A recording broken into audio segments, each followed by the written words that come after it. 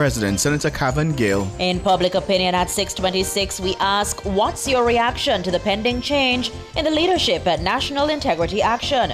Give us your comments by logging on to our Facebook page, Nationwide News Network, and by tweeting us at Nationwide Radio, and message us on WhatsApp at 876-285-5693. You can also leave your comments on Instagram at Nationwide 90FM. From 7 to 7:30, it's Nature's Remedies with Dr. Denise Daly. And tonight we'll be looking at Aki and Noni. Also, in the third hour, Paramount Skydance has made another offer to buy Warner Bros. Discovery as it seeks to trump a rival plan from Netflix to buy the company's studio and streaming networks. You'll hear more. All these and more as we take you home on air on your mobile Nationwide 90FM, RevaNews.ai, and on the Reva News app, available on the Google Play and the App Store. This Tuesday afternoon, it's Tuesday, December 9, 2025.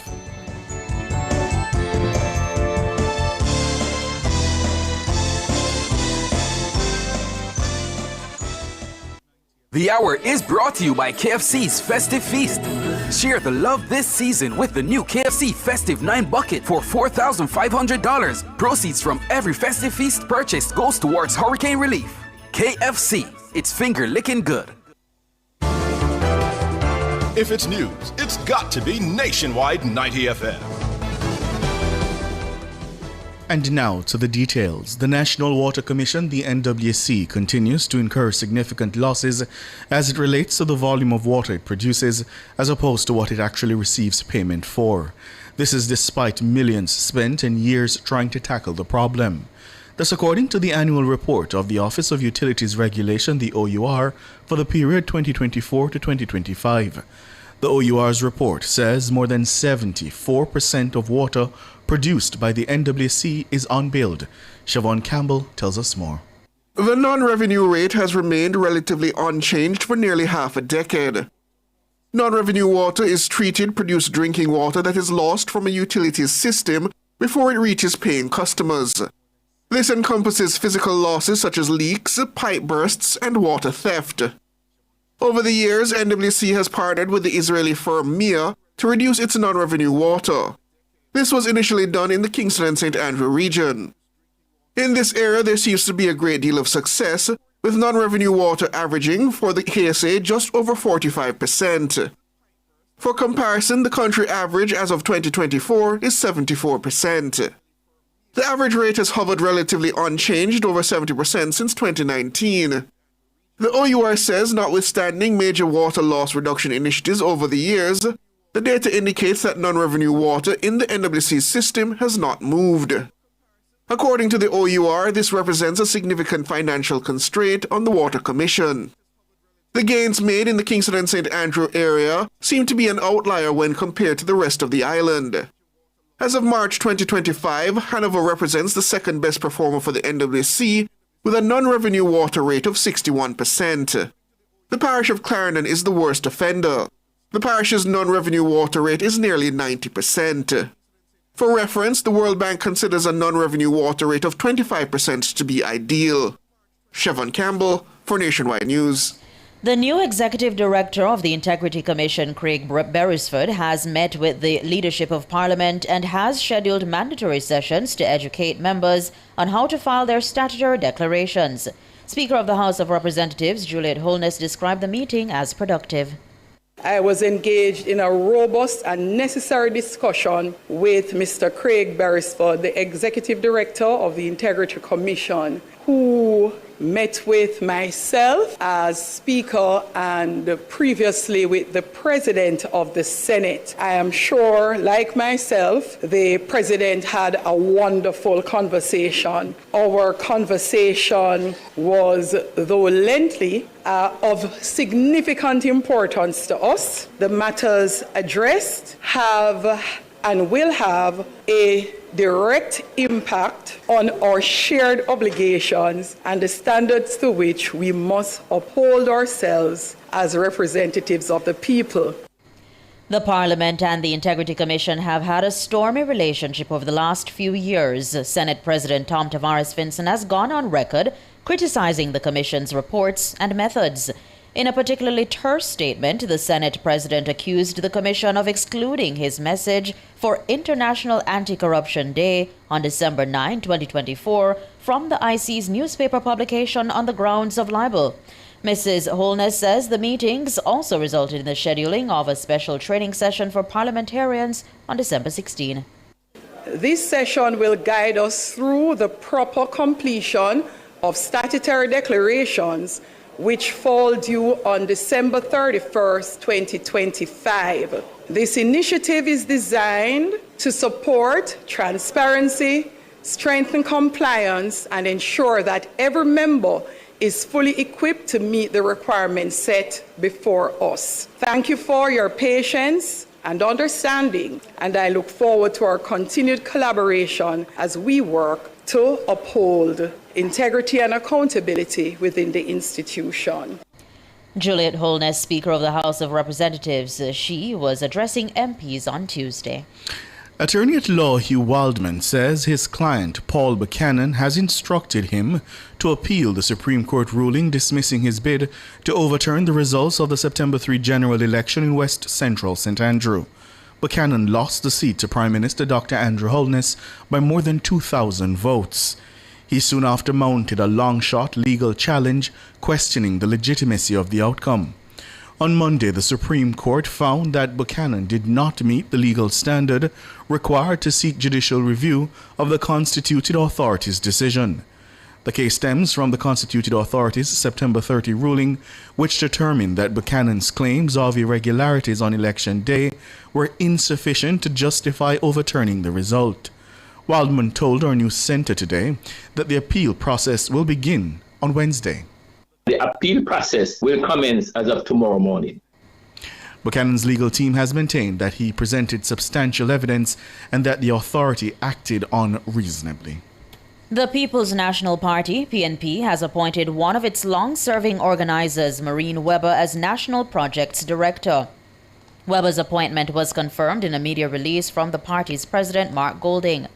Golding says the appointment has been endorsed by the party's National Executive Council, NEC. Weber, who is a former Deputy General Secretary of the party, most recently served as Technical Director of its 2025 general election campaign. Weber is tasked with ensuring that certain specific initiatives are effectively and efficiently managed. Those initiatives were not disclosed, but Golding says Weber will report to General Secretary Dr. Dayton Campbell. The PNP president says Dr. Campbell continues to hold full responsibility for the administration and organizational affairs of the party. Golding also confirmed that he has written to the Governor General nominating Weber to serve as a commissioner on the Electoral Commission of Jamaica. This appointment takes effect on January 1, 2026.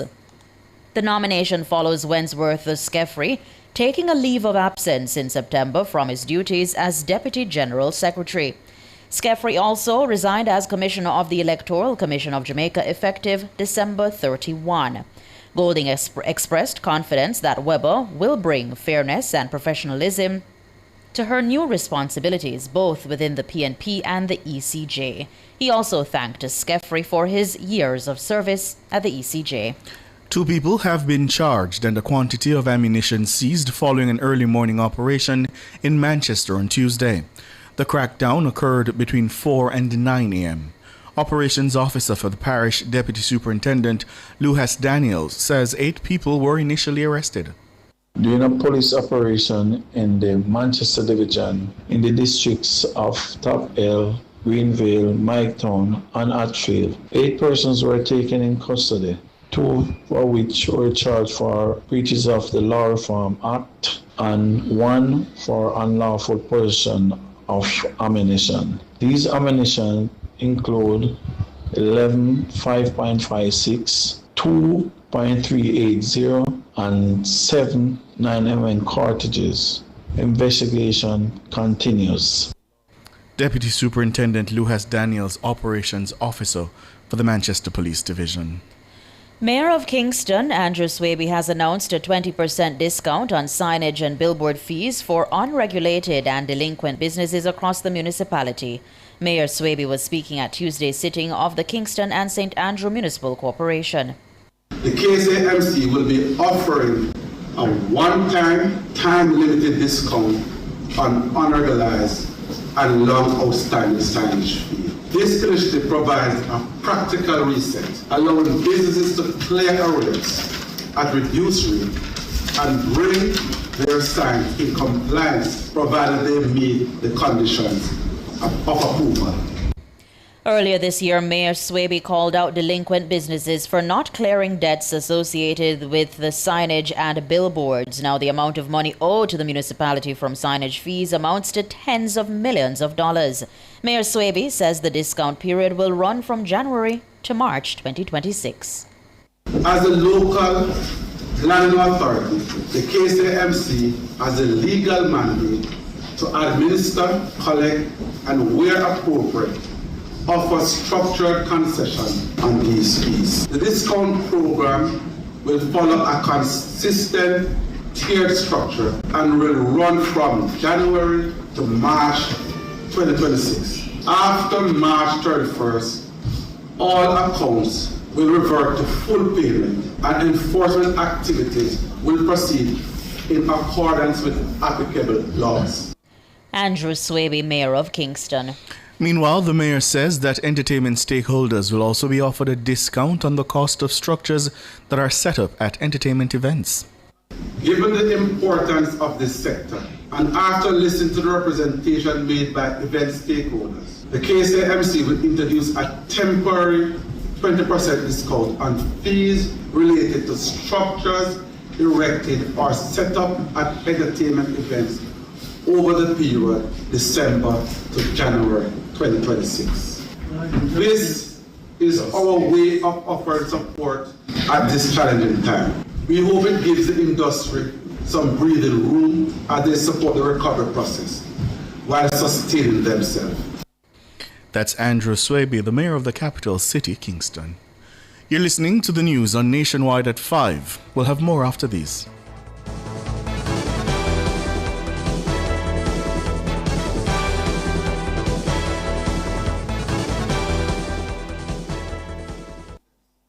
See twice the style for less at IQ Optical. Buy one pair of glasses and get your second and third pair half price. Don't miss out. Call 876-929-7732 or visit IQ Optical today, where clarity never looked sharper. The time by IQ Optical is... It's 14 minutes after 5.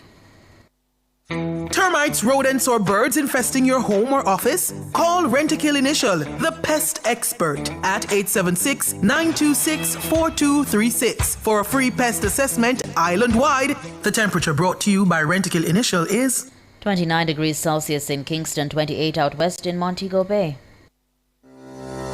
It's the Answer Select Your Discount sale. Up to 50% off when you select your discount at Answers Gifts and Home and Answers for Children. Select your discount sale at Answers now until Sunday, December 14, 2025.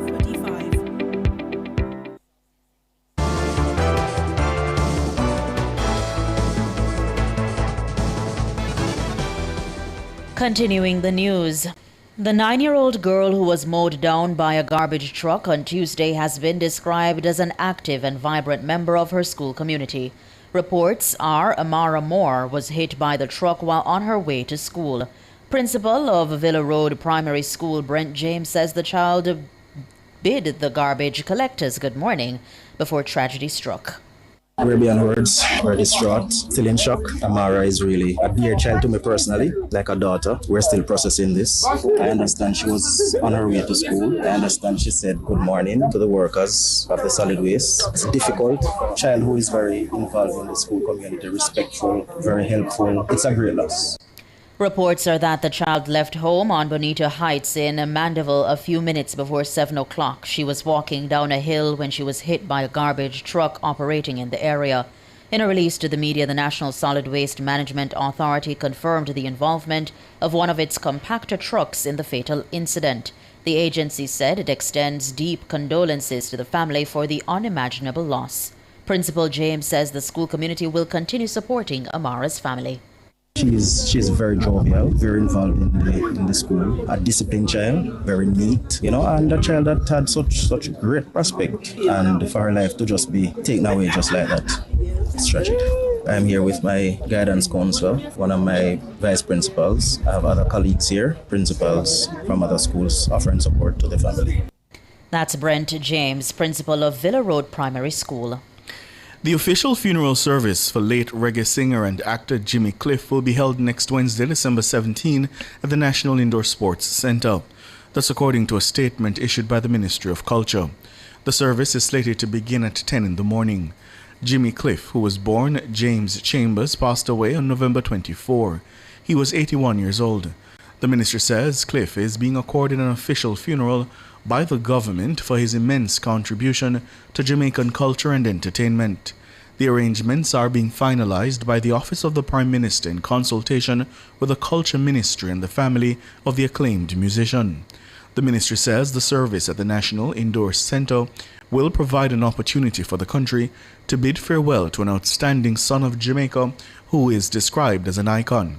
It says the service will feature only spoken word, dance and music in keeping with Jimmy Cliff's wishes. Works Minister Robert Morgan says the impact of Hurricane Melissa has made clear the need for a national conversation around climate change and the road building practices being employed across the country. As part of the Ministry of Works, we have to think about where we're going to put our roads. Are we going to have to move some of the roads? Are we going to have to encourage the government that some of these persons will live along the gully banks? We're going to have to move them. Because as you can see, the Hurricane Melissa created significant disruption, especially in hilly areas where we were significant landslides. And there are going to be questions to be asked. How are we going to assist these residents in these communities to maintain connectivity? Are we going to have to do alternate routes? And these are the conversations that we're going to be having over the next 2 to 3 months as we think about building resilience and as we think about recovery. The Category 5 system impacted 404 of the nation's roads.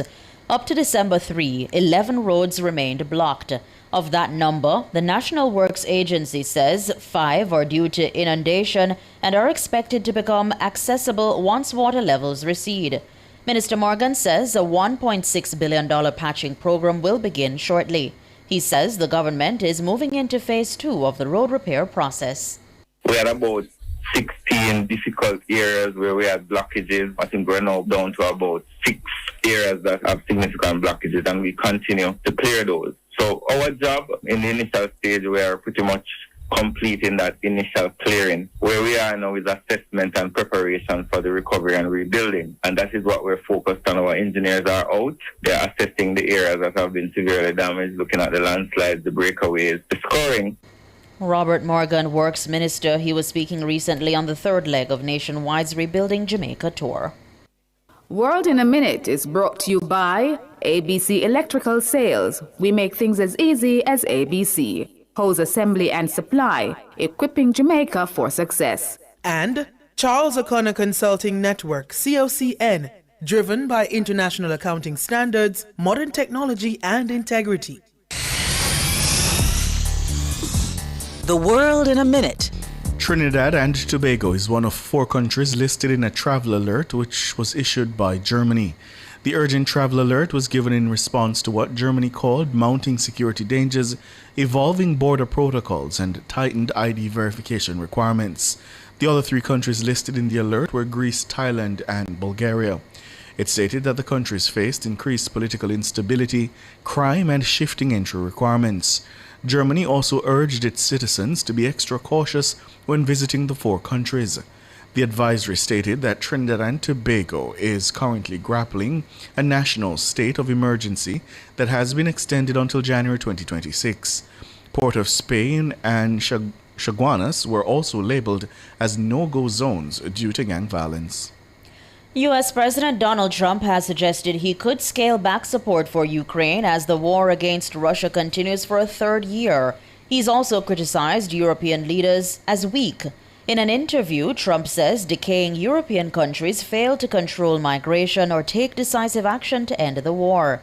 European leaders have made attempts to carve out a role in the U.S.-led efforts to end the war, which they fear will undercut long-term interests in favor of a quick resolution. Trump continues to increase the pressure on President Volodymyr Zelensky to agree to a deal to end the conflict. On Tuesday, Zelensky said Ukraine and Europe were working actively on all components of potential steps toward ending the war. He says the Ukrainian and European elements of the plan were now more developed and that Kyiv was ready to present them to its U.S. partners. Brought to you by ABC Electrical Sales. We make things as easy as ABC. Hose assembly and supply, equipping Jamaica for success. And Charles O'Connor Consulting Network, COCN, driven by international accounting standards, modern technology and integrity. Recapping the top stories making nationwide news at this hour, the NWC continues to incur massive losses from non-revenue water.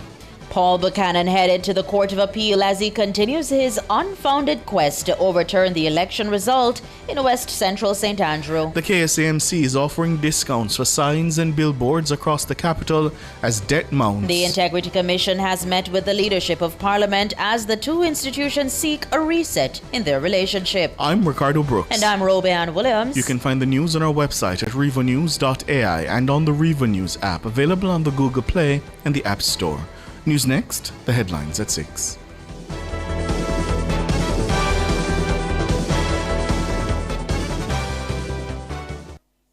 This season is the time. Digital is gifting smiles. Gift a smile, gift a smile, gift a smile. 64 people to win a grand prize. 250K to help you to gift a smile. Plus groceries and farming supplies. Keep your loved ones in mind. Gift a smile. Sharing the love from me to you. Samsung tablet video and your crew. Gift a smile, gift a smile. This season, make sure everybody good. Digital is helping you to gift a smile, gift a smile, gift a smile. Jingle bell, jingle bell, jingle bell rock. Furnitureland and Carmen's Collection will open this and every Sunday until Christmas, from 10 a.m. until 6 p.m. every day. For the very best in imported furniture, home accents, rugs, and household items. Furnitureland and Carmen's Collection, 112 Constant Spring Road. Every day until Christmas, your source for the exceptional. Dancing and prancing in Jingle Bell Square, in the frosty air.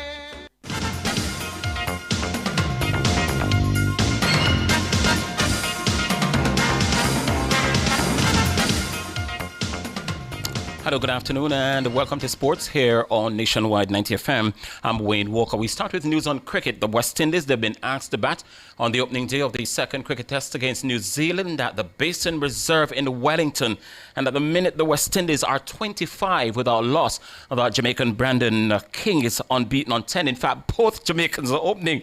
Brandon King is on 10, and with him is John Campbell on 5. There are two changes in the West Indies team from the one that played in the Christchurch game, which ended in a draw last week. So 25 without loss, the West Indies on the opening day of the second test. They're playing against New Zealand.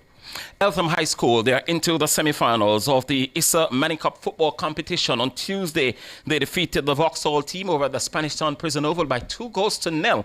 And the win moved the St. Catherine-based institution to 6 points. That's at the top of their zone. That's Zone B in the quarterfinal round. Now, they cannot now be passed by more than one team. The 1987 champion, St. Andrew Technical, they've fought their way back into the reckoning for a semi-final spot. They were really supreme today. They spanked the Calabar High School team by 4-1 in the opening game of a doubleheader over at Stadium East. Marvin Henry was on target twice for the Bumper Hall-based school, and other goals coming from Justin Johnson Kingston and Kennardo Gordon. Stats are now on 3 points, the same as Vauxhall. Both will now meet in a blockbuster game, in a winner-take-all literally, because the winner of that game will follow Eltham into the semi-final. Over into the Costa Cup, the title favourites out of May Pen Glenmuir High School. They were really irresistible today. They ran out 4-0 winners over the team that was beaten in last season's final, that's McGrath. And Glenmuir, they're virtually into the semi-finals. And there's a late Manning Cup game over at the Stadium East. Remember, I told you it's a doubleheader. Well, the second game is on the way. And at Jamaica College, the many-time champions, they're leading that game by 2-0 over Charlie Smith High School. Football club FC Barcelona, they rediscovered their winning formula in the European Champions League on Tuesday, and they did so to beat Eintracht Frankfurt out of Germany by 2-1 on Tuesday at the Nou Camp. Now, the French international Jules Koundé, he was on target twice for the Catalan club. In the second half, he scored those goals, yeah? And that at 21st minute, that goal from Ansgar Knopf was enough to give the Germans the lead. Pass towards Knopf. And Knopf could be away here. Ansgar Knopf! Frankfurt lead! A lovely ball by here. Oh, there's the goal from Jules Koundé. Offside level here with Bradford offside zone. Sent in there by Lamine-Yamal. Koundé's there again. Oh, what a magic! The right back, Jules Koundé, has scored 2 goals here in the space of 3 minutes. Wow, we have had to have a Liverpool goal. We'll get to that in a bit, because in other games today, Bayern Munich, they remain second on goal difference behind Arsenal. Bayern Munich were really good today, you know. They beat Sporting CP by 3-1. Chelsea, they lost 2-1 in Italy to Atalanta. And here's a Liverpool goal. Liverpool, they beat Internazionale of Milan by 1-0 at the San Siro today. The goal came from the Denmark international, Dominique Slaposai. Amidst testing circumstances for Liverpool, it's Szoboszlai, and maybe this is a night when they get their mojo back. Yes, it was. It was. And Tottenham, they won 3-1 over Slavia Prague. That game was played in London. And Monaco, they defeated Galatasaray by 1-0 at the Stade Louis II Stadium in the French Principality today. President of the Jamaica Olympic Association, JOA, Chris Samuda, hailed Jamaica's junior women's sprint relay team and standout thrower Raquel Broderick for their nominations for the 2025 Junior Pan American Award. The sprint relay team earned a spot in the Best Women's Team category, while Broderick was nominated for the Sports Achievement Award. At the 2025 Junior Pan American Games, Jamaica's women's 4x100 meters relay team delivered one of the championship's most electrifying performances. The quartet of Alana Reid, Serena Cole, Marissa Palmer, and Sabrina Dockery, they were irresistible. They surged the victory in 43.51 seconds, setting a new games record. In the field, Raquel Broderick also made headlines in the men's discus. He logged a championship record throw of 61 meters 79 to claim gold for Jamaica. Samuda expressed pride in the athletes and satisfaction with the JOA's role in supporting the achievement. The nominations are deserving, and the JOA is pleased that again we were able to support the aspirations of our youth at one of our Olympic Games. We were there in Paraguay with them and witnessed the courage and determination of our athletes, fueled by the pride of a nation. So the Jamaica Olympic Association will continue to invest and reinvest in our youth, the inheritors of tomorrow's greatness. The Olympic Youth Games are next year, so the journey will continue in earnest, and we expect that with our support and with the inspiration of a nation behind them, our youth will again be at the top of the podium.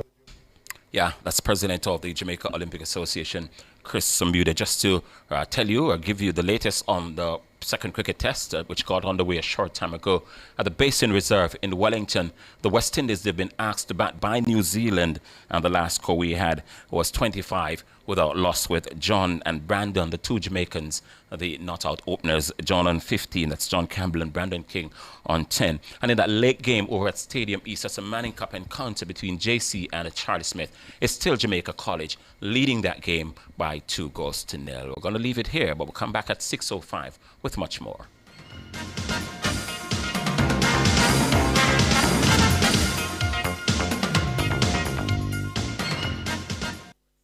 For all your custom framing, printing, graphic design, and purchase of art, Make It Frame Art Jamaica Limited, serving you for over 40 years. The time by Frame Art Jamaica is 5:31.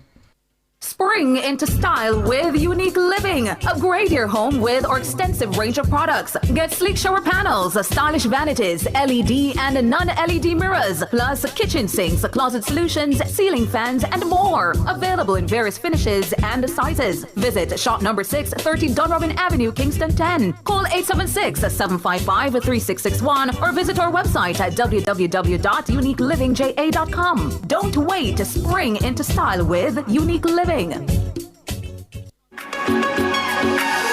MSME operators, your lifeline has been extended. Grab it. You now have until December 31, 2025 to apply for the NWC MSME amnesty. Get a 50% write-off on qualified outstanding arrears, a waiver on reconnection fees, and up to 3 months to pay the remaining balance. Conditions apply. Email customercare@nwc.com.jm or dial 888-NWC for further details. It's an opportunity for recovery. Apply today.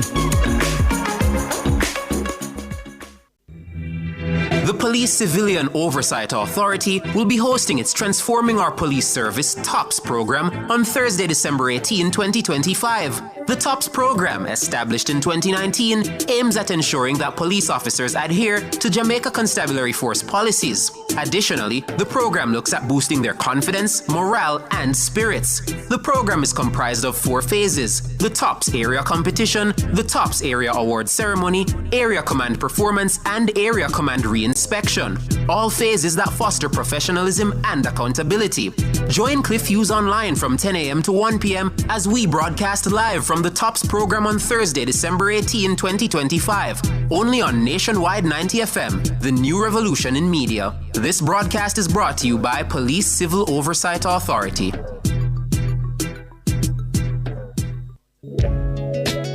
Do you have a consumer-related issue? Want to learn more about matters concerning you as a consumer? Well, keep it locked to Nationwide 90 FM for the Consumer Hour with me, Nora Gay Banton. Weekdays from 9 to 10 a.m. For all your consumer-centric matters, stay tuned to the Consumer Hour on Nationwide 90 FM, a revolution in media.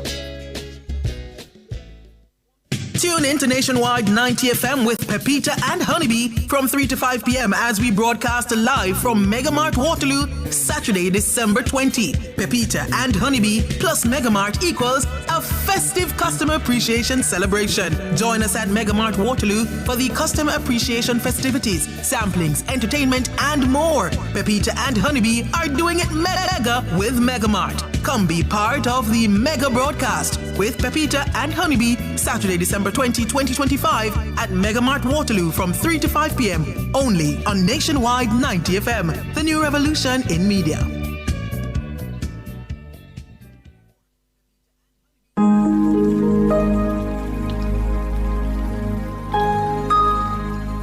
Hi there. Here's some good news for these trying times. Quote, "By God's word, I can see where I'm going. They throw a beam of light on my dark path." Unquote. Psalm 119, verse 105. Listen for God's Word weekdays at 5:45 a.m. and 12:55 p.m. through Oasis. Stop by for a refreshing drink and share a God perspective for the day. Oasis. Weekdays 5:45 a.m. and 12:55 p.m. right here on Nationwide, a revolution in media. The rebroadcast of the Oasis can be heard weekdays at 5:45 a.m.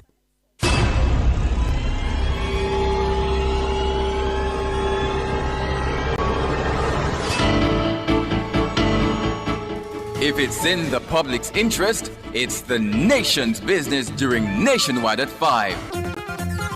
The nation's business.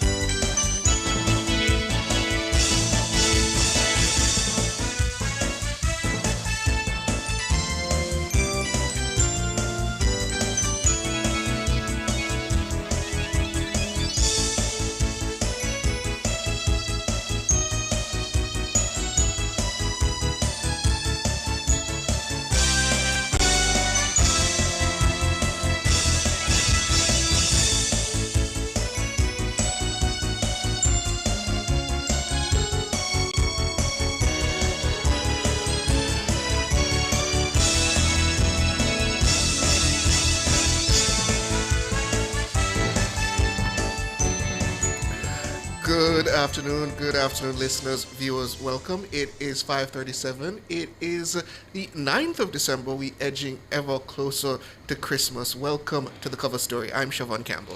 Good afternoon, listeners. Good afternoon, Siobhan. My name is Ricardo Brooks. And we have matters of Hurricane Melissa again. Melissa, post-hurricane realities, as the passage of Hurricane Melissa caused widespread destruction, especially in the western end of the island.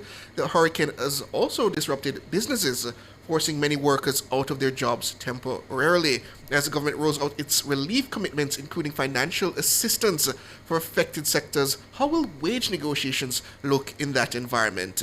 For that discussion, we're being joined by President of the Jamaica Confederation of Trade Unions, that's St. Patrice Ennis, and President of the Bustamante Industrial Trade Union, that's Kavan Gale. Good afternoon. Good afternoon, Siobhan, Ricardo. St. Patrice, and to your listeners. And good afternoon, my esteemed brother. Good afternoon, gentlemen.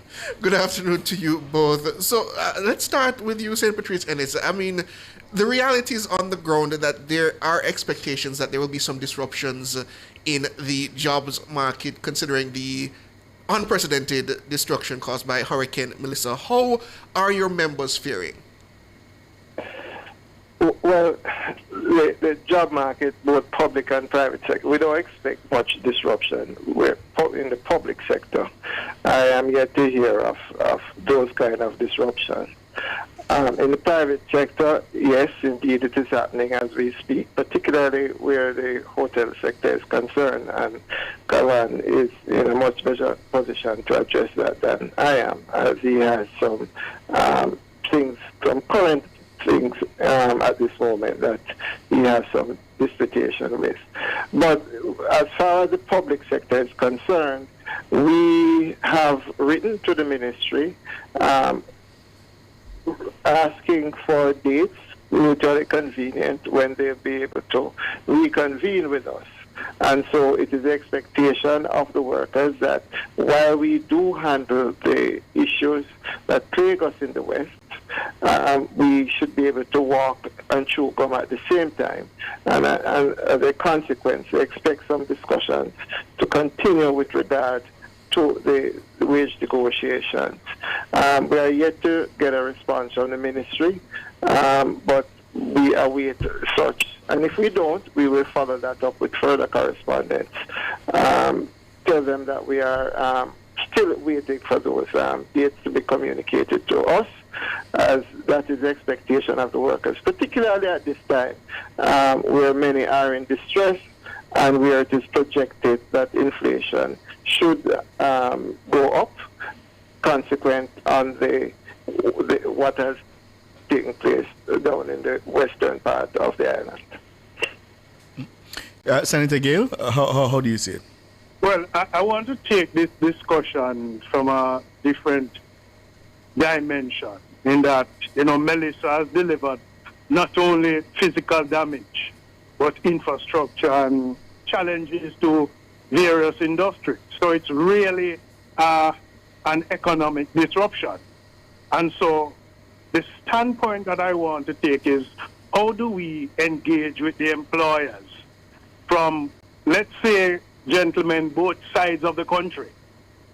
That side would have been mainly disrupted, and the other side that is going to have to stand up and support the rest of the country. So we're talking now about an outlook as it relates to how jobs will look, how wages will look, and I want to infuse that need, that trust towards productivity.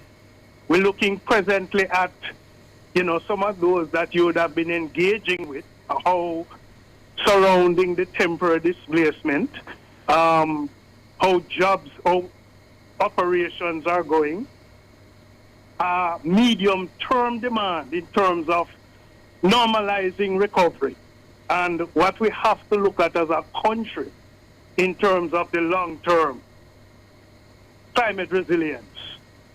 We started to engage employers. Some negotiations we are preparing for. Some have already been in trail. Those that have been in trail, the workers, because of the economic pressure, the rising cost anticipated out of cost of living and the financial vulnerability, they would want us to close those negotiations. But for those who are coming, we are going to have to take on a slightly different approach. What I would consider, gentlemen, a more modern approach to wage negotiations. We're going to have to infuse in those upcoming negotiations now cost of living plus productivity formulas. We may have to consider putting in inflation protection in these upcoming negotiations. And we may want to look at longer negotiations to both give businesses some level of certainty and to create some sort of stability for the workers. And do you get the sense that the employers are willing to have those conversations in the way that you're laying out? Well, I'm hoping sincerely and anticipating that good sense will prevail in terms of the approach taken towards these kinds of negotiations. It's, St. Patrice would have said a balancing act. Did he say true government ride, whatever that is? But it has to be a parallel effect. Because on the one hand, we have to have a joint recovery and resilience. But we also have to promote productivity. And equally, we have to put in these protective measures in the negotiations towards, attaining sustainability as part of the resilience and the recovery plans. But isn't that part of the problem, Cavan Gale, that unions are usually seen as, you say that you want productivity, but then when the accountability mechanisms have to go along with it, there's the pushback. I mean, certainly that's been the cry in the public sector. Well, that has been the cry in the public sector. I think we would have, as trade unions, suggested and promoted productivity bargaining. I would have come out publicly and said, my union is not afraid of having performance-based pay within the public sector, where you put in the right ingredients for that kind of bargaining, where you improve the skills development, you have the investment in terms of technological integration, and you set up, better work organization that includes flexible operations, remote work, the improved infrastructure, and, having a culture shift, promoting punctuality and efficiency and accountability. We need to get there, and I'm making this call this afternoon that, this is the opportunity for some sort of a national shift, a call for action to boost productivity around the country, not only in the public sector, but also in the private sector. And especially as we seek to accelerate growth going forward post Melissa. Siobhan, we're up on the break. Let's take the break and come back. Senator Cavan Gale is with us, so to St. Patrice Ennis. Soon come.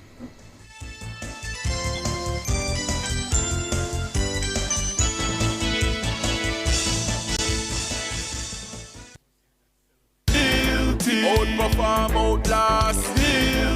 With top performance. Jackhammer. Reliable, full stop, not comma. We have the expertise for drilling and demolition. We have the power tools for plumbers and electricians. Pan select tools, 3 parts and 3 repairs. 3 parts, 3 repairs. 2 to 3 years.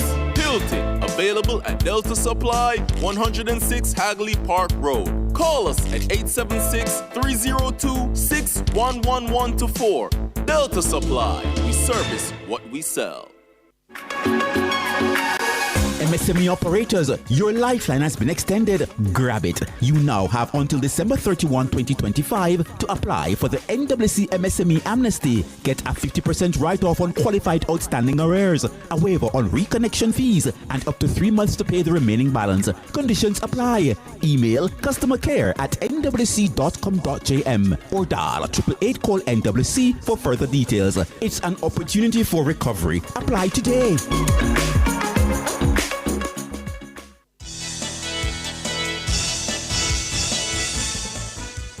Welcome back, listeners, to the cover story. We're talking about the realities of wage negotiations in a post-Melissa Jamaica.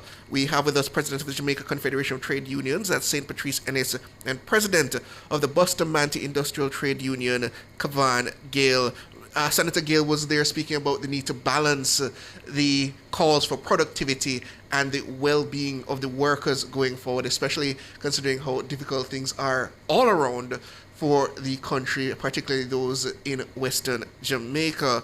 Well, I want to bring you in on the conversation again, St. Patrice Ennis. Your majority of your members, you are in the public sector, and your employer is a different beast, so to speak. How does the realities of what Hurricane Melissa has dealt not only to the country, but the government specifically in terms of its coffers and the expectations going forward, how does that, if at all, does that temper your expectations as it relates to these wage negotiations? Well, I don't know if the majority is in the public sector, firstly. I don't think so. My correction then, if that's the case. And apart from that, the gist of your question, how would the effect of the hurricane impact the wage negotiation? That's what I understand by your question. I expect it to, but one of the things is that we are, from where we sit, where we are positioned, we are not seeing everything the government is seeing. We're not privy to all the information that they have, the data, and so on. And that is why it requires us to sit around the table and have some discussion as to what indeed are some of the challenges, what might have changed since they last spoke to us, and where do they intend to go. Of course, the last discussion they had with about the public sector negotiation was in a public forum where they addressed workers at large, along with some other trade unionists and they lay out their condition and spoke, that is prior to the hurricane, spoke of the challenges that we are to expect ahead. And so with the passage of the hurricane, they would have to tell us what the actual situation is. We have an understanding that the economy, based on the reports coming out of the PIAOJ, is expected to contract by over 4% this year. We understand that the impact on our GDP, but they have to know, put that into context, put everything on the table, and so that we can have rational discussions about it together with our membership, and then we take it from there. But what we cannot do is to halt discussion and have no communication between the parties, and it be understood that a hurricane has passed and everybody remain quiet. I don't think, nobody has suggested to me that is a posture, but I'm just putting that out there that we need to resume the discussion so that everybody is off with what the prevailing conditions are. Am I reading that correctly, St. Patrice Ennis? Your answer to Siobhan is essentially, no, we're not ruling out asking for wage increases. Well, what we have on the table, we expect the government to come and give a response. And how they respond is that is what we would treat with. But you don't expect me here to be engaging with you in terms of what our response would be, because there are other things you can talk about. There are myriad. For example, we just look at what happened. The houses have been ravaged. Property has been ravaged. The government is the largest landowner. We also know that the majority of workers don't own no property. We can have discussions here. So a myriad subject matters can come into these discussions. So it doesn't necessarily have to be one thing we're talking about. Mm-hmm. So put everything on the table. Let us discuss. And just talk about productivity. That is also a factor in the equation. And when we talk about how important a factor do you think it is?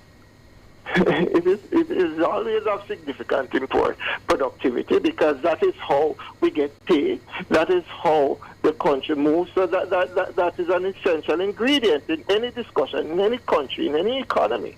But when we talk about it, what people tend to focus on is the input of the worker.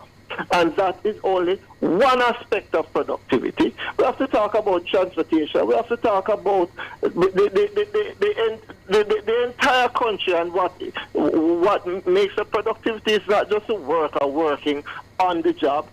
How he gets there. If he has to get up in the morning and go to the clinic at 5 o'clock to attend to his sick child, that is going to impact.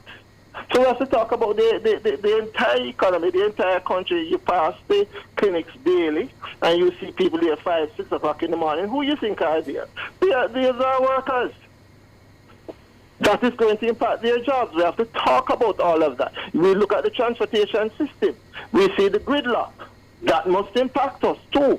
So we have to talk about all of that and how that impacts productivity, and what are we going to do about all of those things. And not only talk about one aspect, because that is some anachronistic thinking that we have to move away from, because no worker, no trade unionist I've ever heard has ever spoken that he's not willing to engage in productivity. As a matter of fact, if the truth is to be spoken, it is the trade union movement that has been driving that hard. Even the public sector reform, and even what we have gone through with the restructuring, that is part of our mandate. Fair. And we have been consistent in that regard. Fair, but let me just understand something. Is it your position then that we need to first address the myriad of issues, and they are very important issues? I will say first.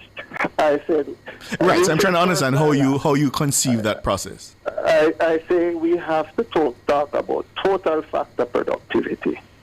We talk about all ingredients that make up productivity if we're going to talk about it seriously. Mm-hmm. Right? We have to talk about the tools that are being used. We have to talk about the training. Right? And that is what we call total factor productivity. We can't just talk about one. No, yeah, man, and I think that's fair. I'm just trying to understand at what point do you think... It's not just fair. It is the only way you can effectively deal with that. Very well. We could go with your verbiage, the only way. So at what point then do you think we can get to the point then of having the accountability mechanisms for the productivity factor? Well, we have a productivity center in the Ministry of Labour. One of the first things we need to do is, and they'll tell you, it needs to be adequately staffed. So let's start there. Let us have the requisite people with the skill set to deal with it, and we need to engage each other. Look, we have a Labour Advisory Commission, where Labour, the employers, and government sit down together, and if we are serious about addressing all those factors, I don't see any reason why we can't, because we don't have to reinvent the wheel. We have sufficient guidelines, and we have looked at other countries who have used this tripartite arrangement. We can adopt them. We have these ILO guidelines. We can adopt them, and we can, if we need to do it seriously, we can. And there are many guidelines all over for us to, and blueprints for us to use effectively. We're not short of that. I want to bring you back into the conversation, Senator Gale, because under the circumstances, it's clear that it can't be solely the burden of the government in terms of securing jobs when there is expectation for displacement. I know the country has spoken about it numerous times. I don't know how far down the wicket we are, but isn't it time for there to be a properly funded, probably through contributions from salaries, a properly funded employees insurance scheme, or unemployment insurance scheme, I should say? I would have advanced in Parliament in a State of the Nation debate for us to examine the question of what that insurance scheme would look like, how the contributions would be made, how the contributions would be invested, how the security of it would be. But here is the situation. So when it's advanced, the employers take on a different view, that they want that to replace the Employment Termination and Redundancy Payments Act, and for that piece of legislation to exist. And I think we have not had the opportunity to examine how they could both coexist in a future. And maybe, post Melissa, we can have a kind of new social partnership model where we can define a win-win culture, recognizing that, both parties in this want the same kind of stability and competitive workforce, and where workers are treated fairly. This must not never be viewed as, unions versus the management. But the union and the management should confront the problems. And that's what the partnership is all about. But for that to happen, Siobhan and Ricardo, there has to be a kind of respect for collective bargaining, where negotiations will be grounded in fairness, evidence, and the recognition of each other's constraints at this time. That's what the win-win culture is all about. And, we as employers and trade unions, we must be able to attack the problem, dissect it. Our negotiations is not simply about just wages, Yes. but how we can invest in training, how we can modernize equipment within organization, how we can provide fair working conditions, and how we can build a respectful work culture. Many of the workers go under this level of mental strain and mental stress, How can we remove that kind of pressure in the workplace? So it's not just about pay. It's also about the working conditions. It's also about developing the workers and investing in technology to improve efficiency. And that's the kind of discussions that we must have post Melissa. And what say you, St. Patrice Ennis, on the same matter in terms of... We're actually out of time. Just to give you the final word, nonetheless, in this matter of how we treat with wage negotiations in this post-Melissa reality. I don't believe I can be any more articulate than the senator. I think he has enunciated it quite well in terms of what we ought to concentrate on, what impacts productivity, training, technology, psychosocial intervention, and the Occupational Health Safety Act, which has been OSHA, which has been languishing for almost 30 years. We need to bring that to fruition now. So those issues, if we deal with them seriously, we should be we know what our issues are, We just need to action them, and we need to bring them into fruition. Too much time has elapsed, and we are not where we should be. We know what the issues are. Yeah. Gentlemen, thank you so much. We appreciate your time. All right. Yeah, man. Have a good one. All right. Just before we go, Siobhan, this release from the Financial Investigations Division, it says that the FID is aware that an old fabricated social media post has resurfaced and is again being circulated online. The false post claims that the FID has ruled to charge the Prime Minister of Jamaica for breaches of the Proceeds of Crime Act, POCA, and other corruption-related offences. It says the FID categorically rejects and disassociates itself from this false and misleading information. The division has made no such ruling, statement, or announcement regarding the Prime Minister or any similar matter as aligned in the post. This same fake image and claim first surfaced on September 3, 2025, and was previously addressed and denounced by the FID. Its reemergence is a cause for concern as it has the potential to mislead the public, damage reputations, and undermine confidence in the country's law enforcement and justice systems. And the Chief Technical Director of the FID, Dennis Chung, is quoted as saying, "We want to make it absolutely clear that this information is false. We strongly urge members of the public," he says, "not to forward, repost, or in any way help to spread this type of misinformation about the FID or any individual.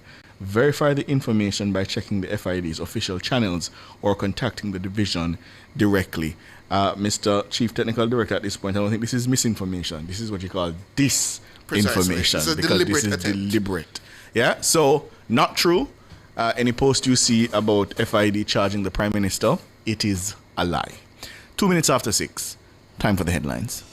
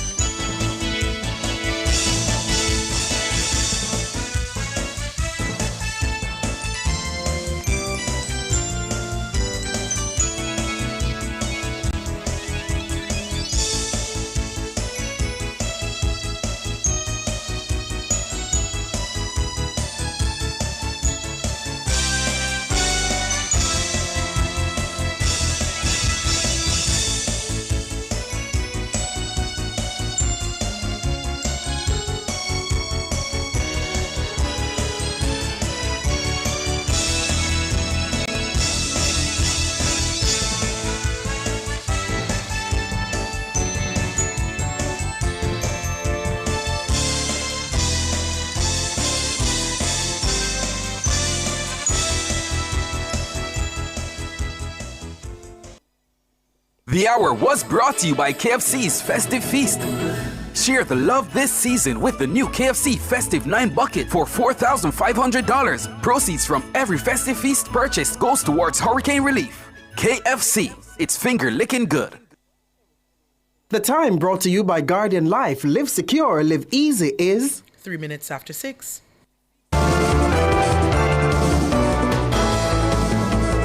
Nationwide headlines at 6. Good evening with the headlines at 6. I'm Nora Gay Banton. The National Water Commission, NWC, continues to incur significant losses as it relates to the volume of water it produces as opposed to what it actually receives payment for. This is despite millions spent and years trying to tackle the problem. That's according to the annual report of the Office of Utilities Regulation, OUR, for the period 2024 to 2025. The OUR's report says more than 74% of water produced by the NWC is unbilled. The non-revenue rate has remained relatively unchanged for nearly half a decade. Non-revenue water is treated produced drinking water that is lost from a utilities system before it reaches paying customers. This encompasses physical losses such as leaks, pipe bursts, and water theft. Over the years, NWC has partnered with the Israeli firm Maya to reduce its non-revenue water. This was initially done in the Kingston and St. Andrew area. In this area, there seems to be a great deal of success with non-revenue water average for the KSA just over 45%. For comparison, the country average as of 2024 is 74%. The average rate has hovered relatively unchanged, over 70% since 2019. The OUR says notwithstanding major water loss reduction initiatives over the years, the data indicates that non-revenue water in the NWC's system has not moved. According to the OUR, this represents a significant financial constraint on the Water Commission. The gains made in Kingston and St. Andrew seem to be an outlier when compared to the rest of the island. The new executive director of the Integrity Commission, Craig Beresford, has met with the leadership of Parliament and has scheduled mandatory sessions to educate members on how to file their statutory declarations. Speaker of the House of Representatives, Juliet Holness, described the meeting as productive. I was engaged in a robust and necessary discussion with Mr. Craig Beresford, the Executive Director of the Integrity Commission, who met with myself as Speaker and previously with the President of the Senate. I am sure, like myself, the President had a wonderful conversation. Our conversation was, though lengthy, of significant importance to us. The matters addressed have and will have a direct impact on our shared obligations and the standards to which we must uphold ourselves as representatives of the people. The Parliament and the Integrity Commission had a stormy relationship over the last few years. Senate President Tom Tavares Finson has gone on record criticizing the Commission's reports and methods. In a particularly terse statement, the Senate President accused the Commission of excluding his message for International Anti-Corruption Day on December 9, 2024 from the IC's newspaper publication on the grounds of libel. Mrs. Holness says the meeting also resulted in the scheduling of a special training session for parliamentarians on December 16. This session will guide us through the proper completion of statutory declarations which fall due on December 31st, 2025. This initiative is designed to support transparency, strengthen compliance, and ensure that every member is fully equipped to meet the requirements set before us. Thank you for your patience and understanding, and I look forward to our continued collaboration as we work to uphold integrity and accountability within the institution. Juliet Holness, Speaker of the House of Representatives, she was addressing MPs on Tuesday. And attorney Hugh Wildman says his client, Paul Buchanan, has instructed him to appeal the Supreme Court ruling dismissing his bid to overturn the results of the September 3 general election in West Central St. Andrew. Buchanan lost the seat to Prime Minister Dr. Andrew Holness by more than 2,000 votes. He soon after mounted a legal challenge questioning the legitimacy of the outcome. But on Monday, the Supreme Court found that Buchanan did not meet the legal standard required to seek judicial review of the constituted authority's decision. The case stems from the constituted authority's September 30 ruling, which determined that Buchanan's claims of irregularities on election day were insufficient to justify overturning the result. Wildman told our news center on Tuesday that the appeal process will begin shortly. The appeal process will commence as of tomorrow morning. Buchanan's legal team has maintained that he presented substantial evidence and that the authority acted unreasonably. Those were the headlines at 6. I'm Nora Gay Banton. Sports is next.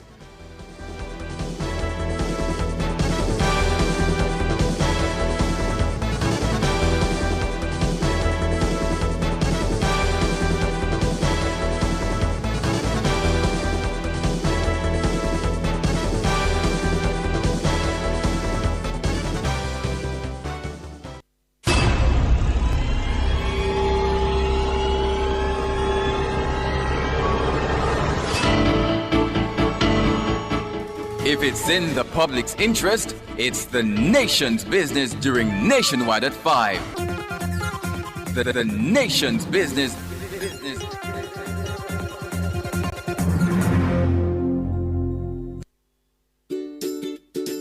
As a parent, you give your children a good start in life. You nurture, protect, and guide them. Parenting is a process that prepares your child for independence. As your child grows and develops, there are many things you can do to help your child. Stay tuned to The Big Show, Nationwide this morning, for parenting tips. Fridays at 6:53 a.m.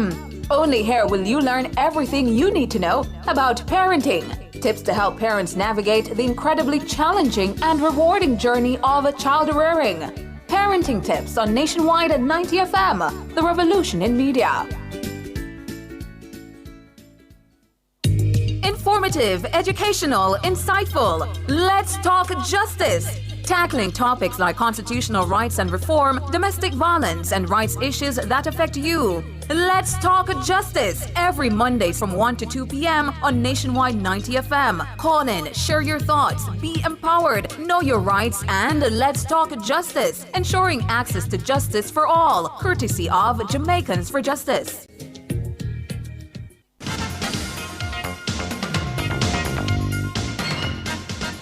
Good evening with your sports report. I'm Alric Swaby. We ball things off with some cricket as West Indies sent into bat reached 65 without loss on day one of the second test against New Zealand at Basin Reserve, Wellington. John Campbell, 27, and Brandon King, 29, are the not-out batsmen at the crease. The president of Cricket West Indies, Dr. Kishore Shallow, says bringing parity to the pay structure across genders is one of his main priorities as he looks to elevate the standard of women's game in the region. This, he believes, will not only boost the morale of female cricketers around the region, but also breathe new life into aspiring cricketers. We have placed our women's program firmly on the path towards pay parity, ensuring our female athletes receive the respect and dignity they deserve. We have negotiated a fair and forward-looking memorandum with the West Indies Players Association that strengthens player compensation. Additionally, we have launched the Breakout League with our long-standing partners at CPL, the Caribbean Premier League, to create opportunities for emerging talent. Dr. Shallow admits that Cricket West Indies has not achieved all its targets, but says he'll continue working to improve male and female cricketer in the region during the remainder of his tenure. Our aim has always been to create a stronger foundation that can ultimately support improved performances on the cricket field. While the journey has not been without its challenges and we have not achieved every goal, we have made significant and measurable progress. To date, we have implemented more than 70% of the Webby report and governance reform, with additional areas scheduled for review during this term. Dr. Kishore Shallow. Now, Jamaican fast bowler O.J. Seals says only a few months ago he thought about walking away from cricket as he believed this time had passed to make it at the top level. Fast forward Tuesday, December 2, 2025, the 29-year-old physical education teacher was becoming the 347th man to play Test cricket for West Indies when he turned out for the first Test against New Zealand in Christchurch. Shields took 2 for 34 in the first innings, then followed up with a 2 for 74 in the second innings. The former Homo Tech standout says things could have been so different. About 6 months ago, I was actually thinking about giving up because, with age and stuff coming on, I was thinking that I don't think I would get this opportunity to play for the West Indies again. So I didn't think it was necessary to be fighting for a spot for the Jamaica Scorpions without any hopes of going any further. I'm a lover of music, so the same Movado song I told you, Never Give Up, that was the song I always listen and try to keep a positive mindset. Shields shared the moment he got the call from head coach Darren Sammy. When I got the call, I was literally sleeping because I left training and then I went to the gym, so I was a little tired. So I went home and was sleeping. I heard the phone ringing, took it up. It was the head coach, Darren Sammy. It was like, Mr. Shields, I heard a lot about you, man, and looking forward to work with you. But, as protocol, we have to ask if you accept. I was like, from I heard you say I have to ask if you accept, I was like, yeah, man. I mean, this is what I've been working for, and this is what I've been playing cricket for. O.J. Seals.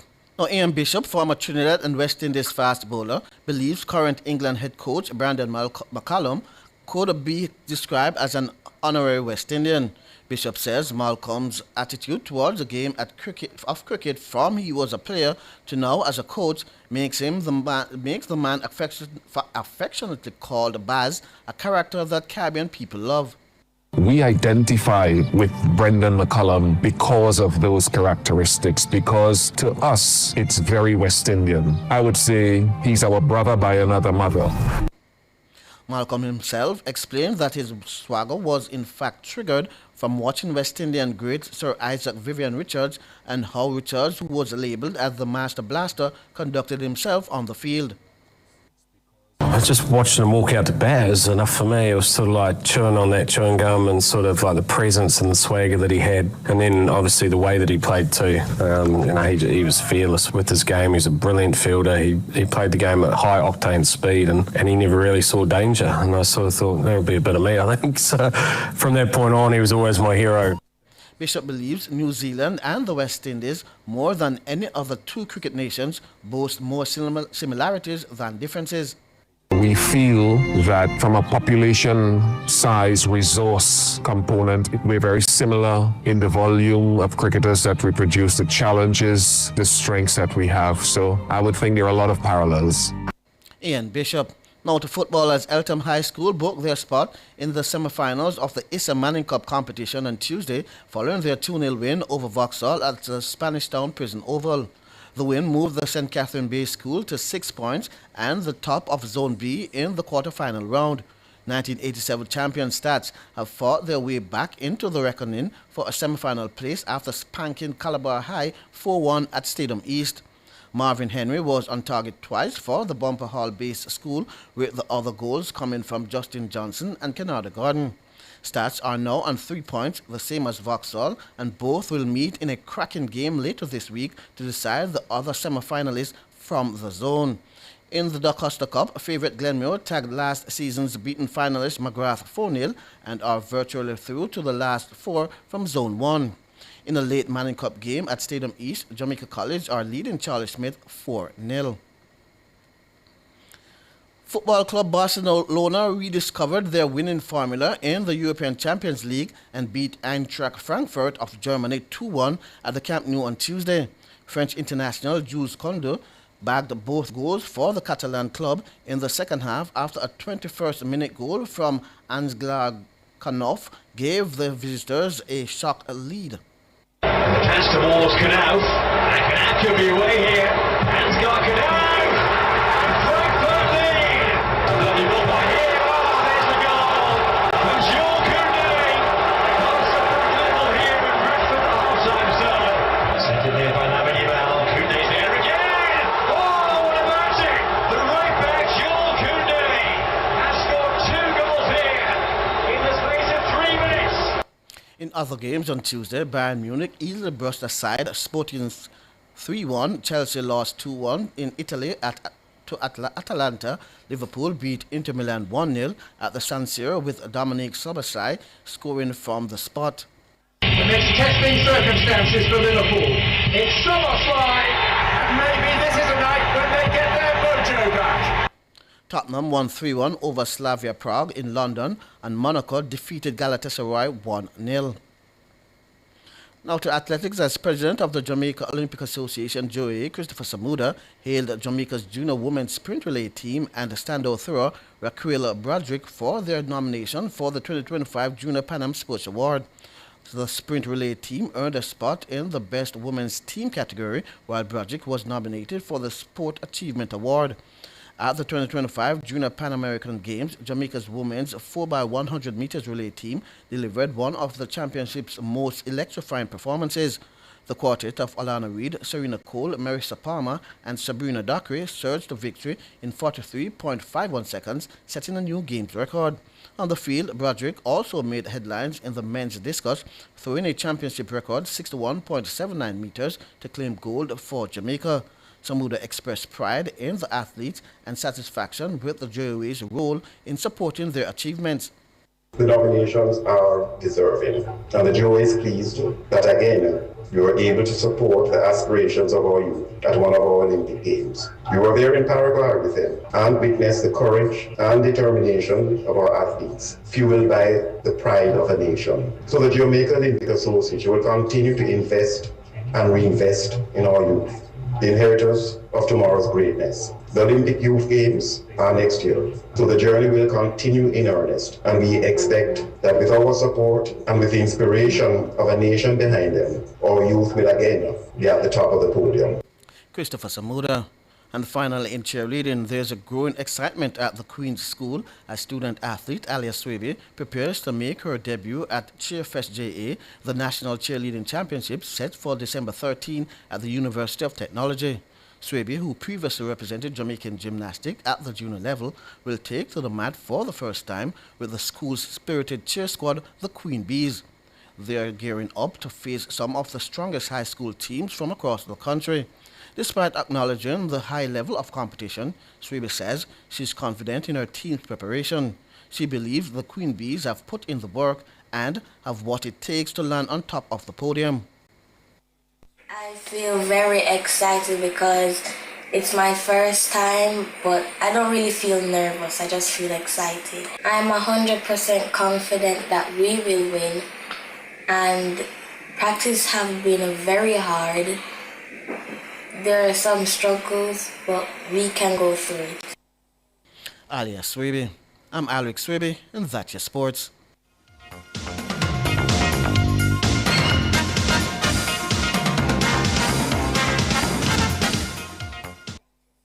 For all your scales and food processing equipment, call Advanced Scales and Equipment Limited at 876-968-9612 to 5. The time by Advanced Scales and Equipment Limited is 6:22.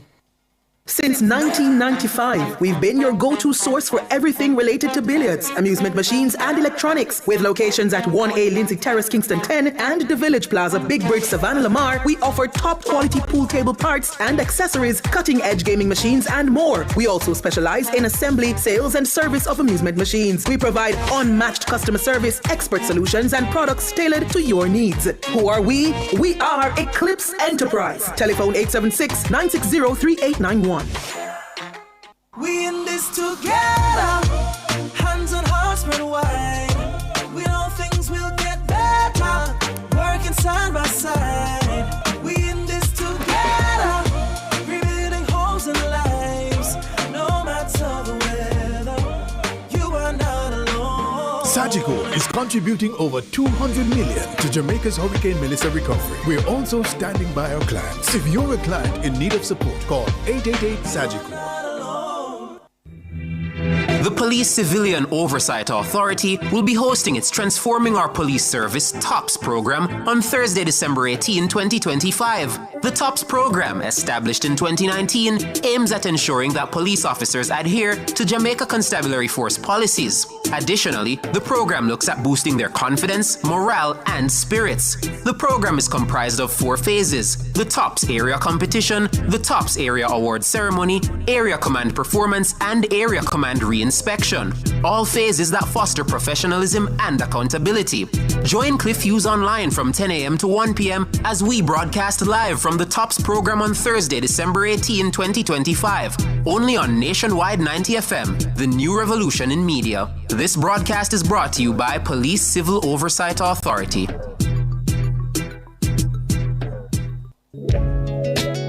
Do you have a consumer-related issue? Want to learn more about matters concerning you as a consumer? Well, keep it locked to Nationwide 90 FM for the Consumer Hour with me, Nora Gay Banton. Weekdays from 9 to 10 a.m. For all your consumer-centric matters, stay tuned to the Consumer Hour on Nationwide 90 FM, a revolution in media. It's Monday, get over your blues.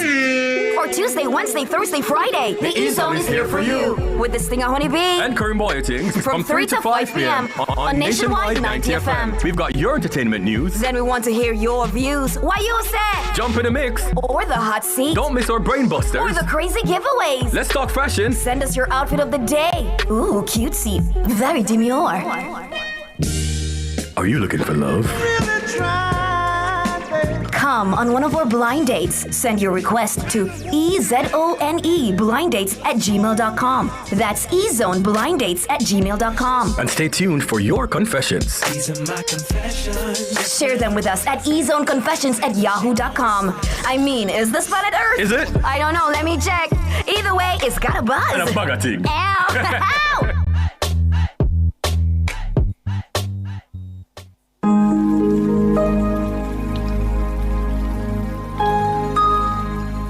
Hi there.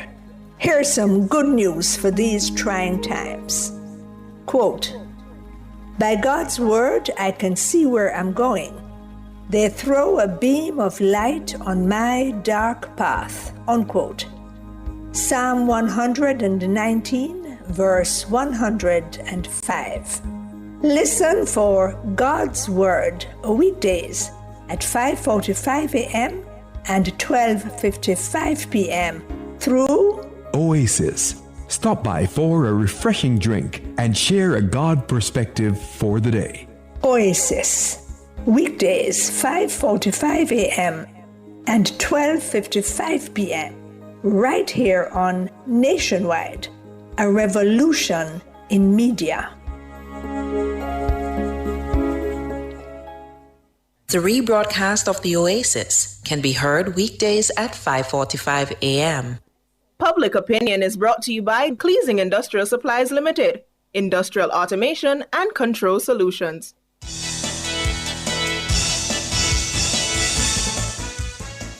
Good evening, and welcome to Public Opinion. I'm Robeanne Williams. A special good evening to our friends over on our YouTube platform. Thank you so much for tuning in.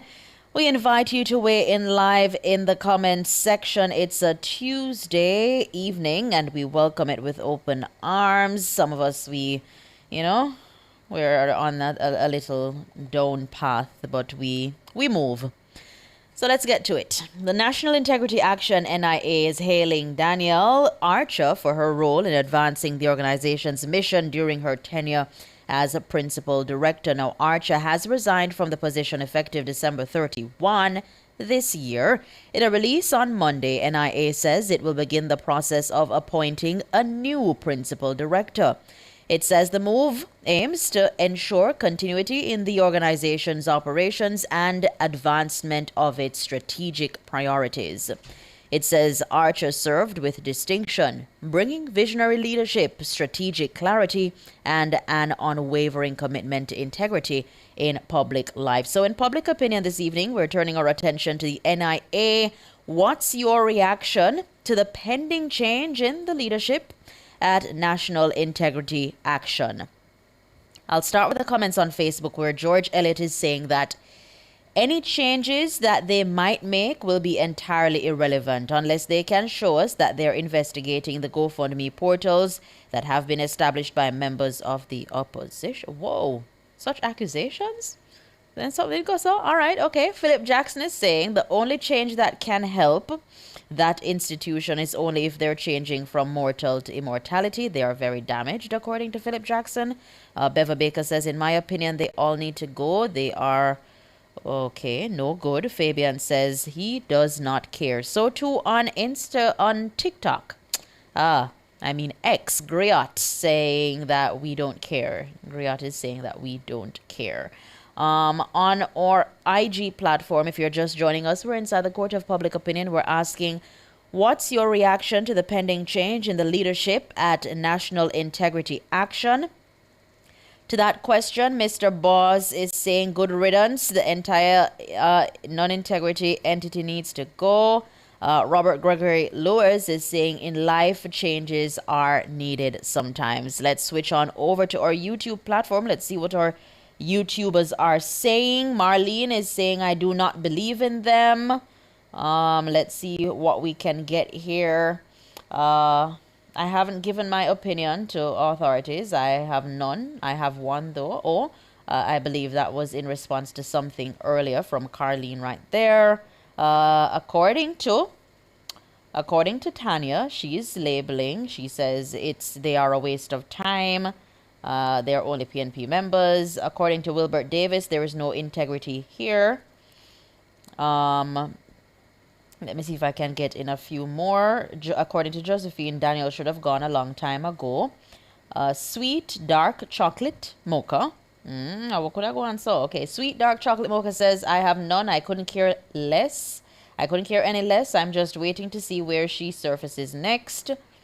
According to LPY 40, all of them must go. Kenyatta Montgomery is saying, happy riddance. All of them should resign. Tapia did tell we. Okay. I know too much to say anything, according to Carlene. Carlene knows too much to say anything. Who are my blessings, and thank you so much for that. If you're just joining us, we're inside the Court of Public Opinion. Changes. Singbo life changes. Yeah.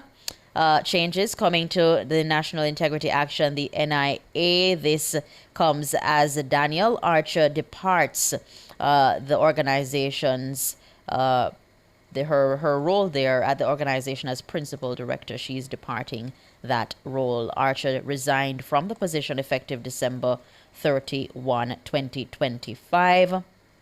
Carlene Heslop is saying, I don't trust them, should have gone long time. Archer should have resigned from September 3, says Seb H.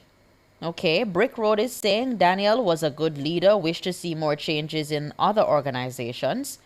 Let me see if I can get in more. NIA has a role in the society, says Carlene Smith. Okay, let me see if I can get in some more. Rebecca says, bye-bye, was long overdue. All of them reshuffling the deck is tumbling. That's according to Donovan. Let me see. All of them must resign. JK Engineering Architecture says she should have gone long time, says Verly Green. According to Errol is saying, I don't really care much about them. I see them as being political. Okay. Overdue long time, says Derek Isaacs. Yeah. Some comments I see here. All of them must go.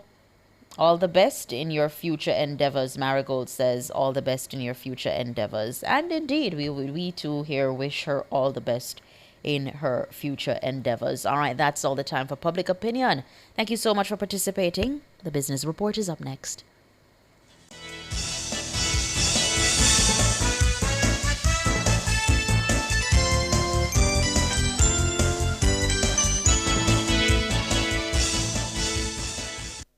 Public Opinion was brought to you by Cleasing Industrial Supplies Limited, Industrial Automation and Control Solutions.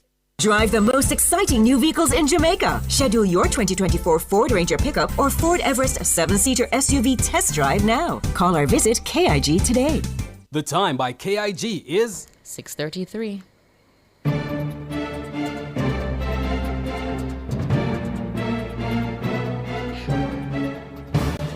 Hello, good evening, and welcome to Nationwide's Business Report. I'm Robeanne Williams. Starbucks workers and union members in England, Scotland, and 8 other countries are protesting on Wednesday in support of striking U.S. employees. The company has told that the company's U.S. union has told the BBC. Starbucks Workers United last month launched a strike which the union said has expanded to 3,000 baristas in more than 100 U.S. cities. Now, workers are pushing for better pay and staffing and for the coffee chain to resolve hundreds of unfair labor practice claims. Starbucks said the strike affected less than 1% of the chain's shops, adding it had no impact on its overall business. In the currency markets at the close of trading today, it cost 161 Jamaican dollars and 14 cents to buy $1 US, 212 Jamaican dollars and 77 cents to buy 1 British pound, and 116 Jamaican dollars and 71 cents to buy the Canadian dollar. And that's the business report. I'm Robeanne Williams. Good evening.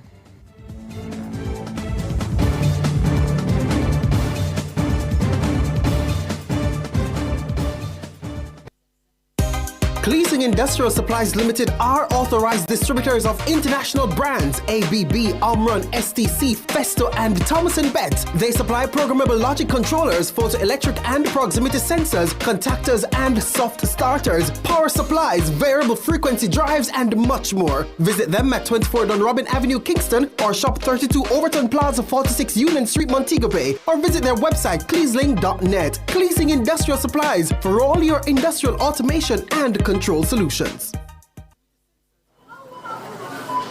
Tracy? Hey girl, what's up? So hold on. Why you look so vexed this early? They not just start. Lisa, it is so good to see you.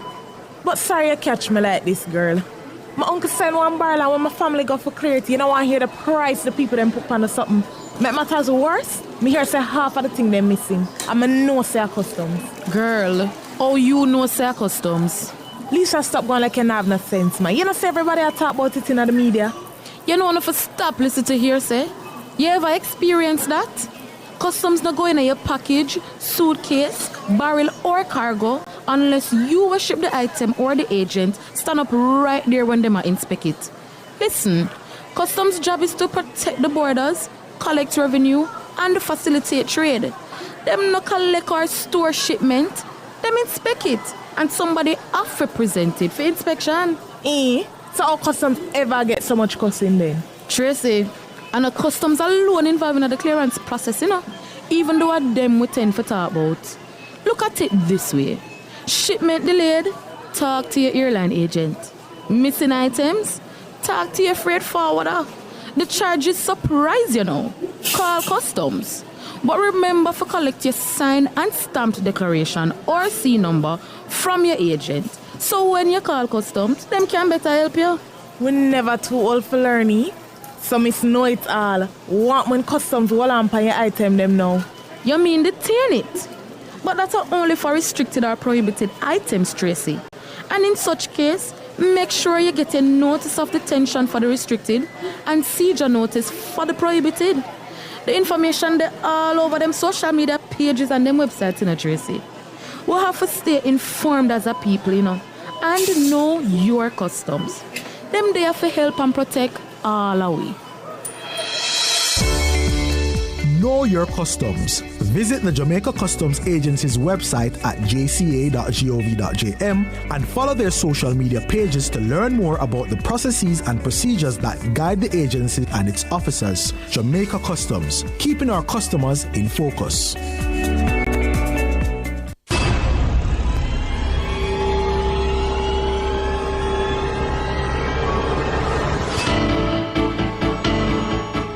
If it's in the public's interest, it's the nation's business during Nationwide at 5.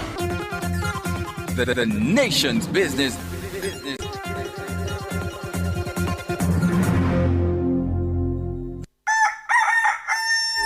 How certain are you that you're taking proper care of your pets? How often do you take them to the vet? Just as we need annual checkups with our doctors, most pets need regular checkups too. Owning and caring for a family pet doesn't have to be a difficult or burdensome experience. Nationwide 90 FM has an exciting feature called Pets World that will help you take better care of your pets. Join Nationwide 90 FM every Wednesday at 6:50 a.m. during the program This Morning as we take you into the do's and don'ts of caring for your pets. That's Pets World every Wednesday at 6:50 a.m. during the program This Morning on Nationwide 90 FM, a revolution in media.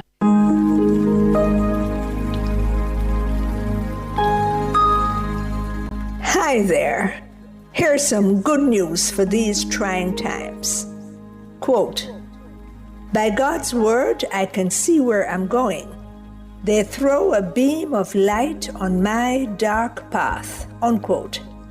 Psalm 119, verse 105. Listen for God's word weekdays at 5:45 a.m. and 12:55 p.m. through Oasis. Stop by for a refreshing drink and share a God perspective for the day. Oasis, weekdays 5:45 a.m. and 12:55 p.m. right here on Nationwide, a revolution in media. The rebroadcast of the Oasis can be heard weekdays at 5:45 a.m. I'm Dennis Brooks. I'm Marlon Campbell. I'm Floyd Green. And I'm Garth Williams. Catch us on the Jamaican Dads podcast right here on Nationwide 90 FM, Thursdays at 8 p.m. with a repeat on Sundays at 6 p.m. The Jamaican Dads podcast is all about providing men with a healthy, safe, and functional forum to tackle many of the taboo topics that concern our masculinity. Like everyone else out there, we're dads of varying amounts of experience who come from different backgrounds and often view the world differently. We're definitely not perfect, but we are all brethren and we're all committed to this piece of rock called Jamaica. Too often, there are no safe spaces for men to explore the issues which are important to us. Plus, most of the content out there about parenthood is produced by women, for women. So we think it is important that we be the change we want to see. Follow us on YouTube, Facebook, Instagram, and Twitter at Jamaican Dads with a Z. And definitely join us here on Nationwide 90 FM every Thursday at 8 p.m. with a repeat on Sundays at 6 p.m. for the Jamaican Dads podcast. It's a revolution in media. It's Monday. Get over your blues. Or Tuesday, Wednesday, Thursday, Friday. The E-Zone is here for you. With this thing of Honey Bee. And Karim Boyatings. From 3 to 5 p.m. on Nationwide 90 FM. We've got your entertainment news. Then we want to hear your views. Why you said? Jump in the mix. Or the hot seat. Don't miss our brain busters. Or the crazy giveaways. Let's talk fashion. Send us your outfit of the day. Ooh, cutesy. Very demure. Are you looking for love? Come on one of our blind dates. Send your request to ezoneblindates@gmail.com. That's ezoneblindates@gmail.com. And stay tuned for your confessions. These are my confessions. Share them with us at ezoneconfessions@yahoo.com. I mean, is this planet Earth? Is it? I don't know. Let me check. Either way, it's got a buzz. And a bugger thing. Ow! Ow! Exciting news! The Design Studio on Nationwide 90 FM just got a whole lot bigger. Join us this and every Saturday now from 1 to 3 p.m. for an exclusive show that elevates your home, mind, and soul. Discover the latest interior design trends to create your dream sanctuary. Unlock your true potential with personal growth strategies. Nourish your body and spirit with expert wellness tips. Don't miss out on the inspiration you need to live your best life. Tune in to the Design Studio this and every Saturday from 1 to 3 p.m. and take the first step towards a more fulfilling you. Make me sweat, make me harder.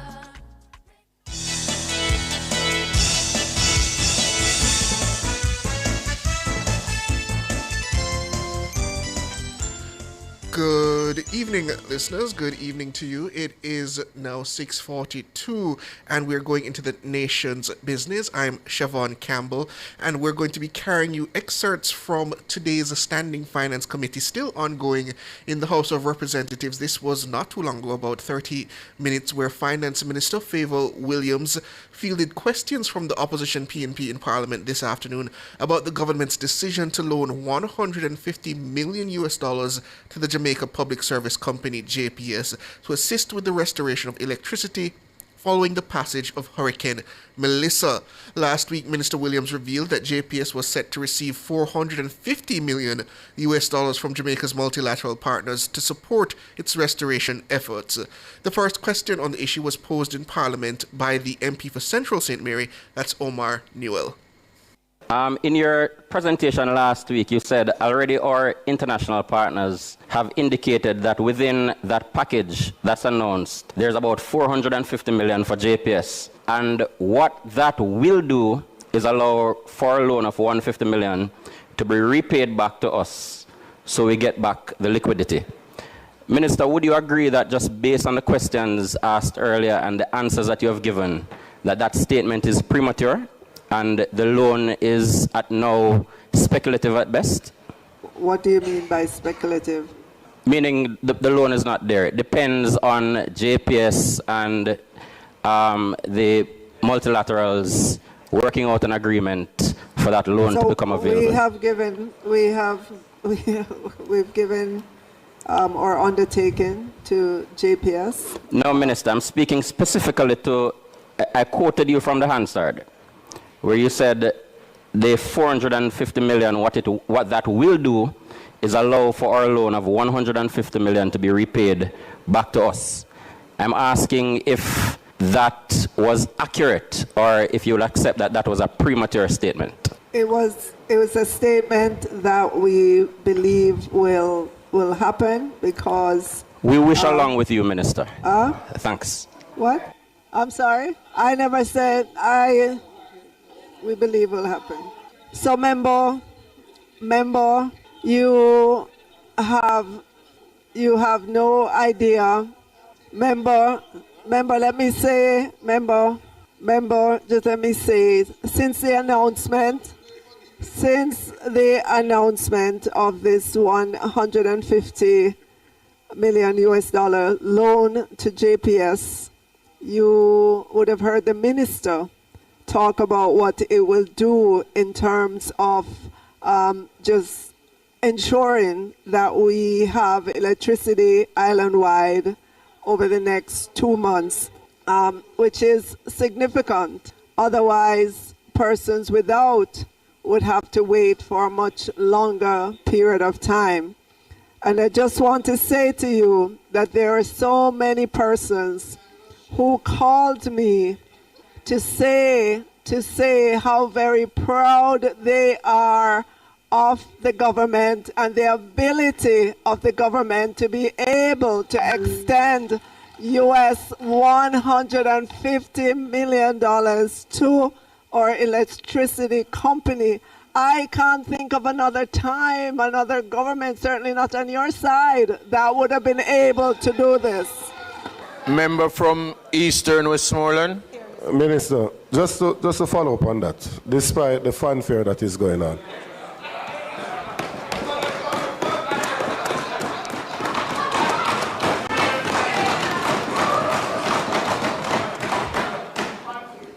Minister, if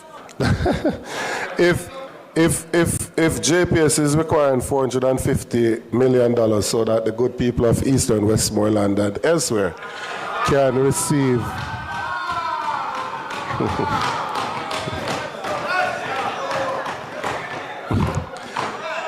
can receive electricity, and currently from what we are aware of thus far, the government is willing to lend $150 out of the amount. Yes? Of the $450, the government is willing to lend $450, government is willing to lend $150. $350, whichever figure it is, say $350, the government is willing to lend $150. But they require $350 so that all the persons that are currently affected can get back light. No, man, you ask the question, you know. Ask the question. What is the sum that is required by JPS to restore electricity to all of the persons who are currently affected? So the Minister of Energy has just indicated $150 million US. So that means that the $350 million is to restore and? Those are details that we don't have. JPS would be the entity that would answer those questions as to the details of any loan that they take on. But I'm not sure, Minister, that is what we were presented with in this House. We were told that JPS required $350 million and that the government would be loaning $150 million. That is what we were told. Absolutely. Has that number been revised? So the Minister has indicated US 150 to restore by the end of January 2026. Yes, listeners, before we go into the next clip, I have to address this matter here. Say what you want about the snarkiness and the way that the opposition posed the questions to the finance minister. The question is relevant because I recall, I believe it was PAAC a few weeks ago, where it was Carol Palmer, that is the permanent secretary in the Ministry of Energy, who put forward a figure, she said somewhere in the ballpark of 400 to 350 million US dollars would be required by JPS. That's what they were seeking to carry out restoration efforts, and they would be unable to get that sum because the license was winding up and they would not be able to get that from international creditors. I know in response to that statement, it was Favor Williams who a week or so later during Parliament also suggested that JPS would secure 350 million or so from the multilateral partners as part of that 6.7 billion US dollar package that we were to receive. I recall her saying that, and that would allow them to go ahead with the restoration and refund the 150 million that the government had put forward. Now, there seems to be some level of confusion as to what is now the sum required for those restoration efforts. If the argument is that only 150 million US is needed and that 150 million US is being provided by the government, then say so. But what I'm hearing from the finance minister does not give me any confidence. It does not seem to be any clear understanding between her and the Ministry of Energy and the JPS as to what is required completely to fulfill those operations. And there seems to be a need for some clarity here. And I don't think it behooves the finance minister to essentially delegate the matter to the energy ministry because she signs the checks. That 150 million US dollar loan has her signature and the Ministry of Finance's signature on it, not the Minister of Energy. So it does fall on her to answer these questions. She cannot simply pass the buck to the Minister of Energy. And I feel what took place in the Parliament today, it did not give me any confidence in the Minister and the Ministry of Finance as to how they're going to manage these affairs. But let me leave that there and then we move on because the Finance Minister, Dr. Dayton Campbell, continued the line of questioning. However, House Speaker Juliet Holness intervened. She took issue with the appropriateness of the questions being asked. Minister, this is not as easy as just a soapbox moment. This is not a political soapbox moment to just say 150 and you get back light. It's not. What we're talking about here is also the finances of the country. So I'm saying I need to know when JPS did their estimate, their assessment as to the damage from the devastating Category 5 hurricane, what is it that is required to restore electricity to all of the persons that were affected? That's what I need to know, because previously we were all of the impression that that was 350 million. Then we heard it being revised upwards to about 400 million. And now we are told that only 150 million is required to restore electricity to all affected persons. All right, so member,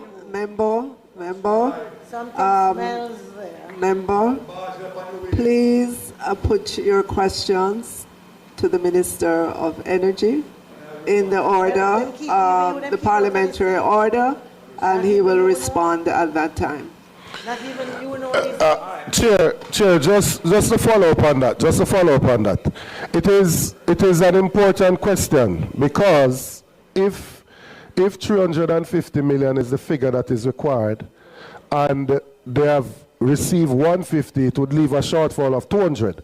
Now, if JPS is currently in a predicament where the license that they have to operate, they currently have no guarantee beyond another 2 years, and their entire revenue that they will earn over those 2 years is less than the 200 million, then it would mean that some further assessment would need to be done prior to making a loan of 150 million US. It makes a whole heap of sense. Yes, they want light.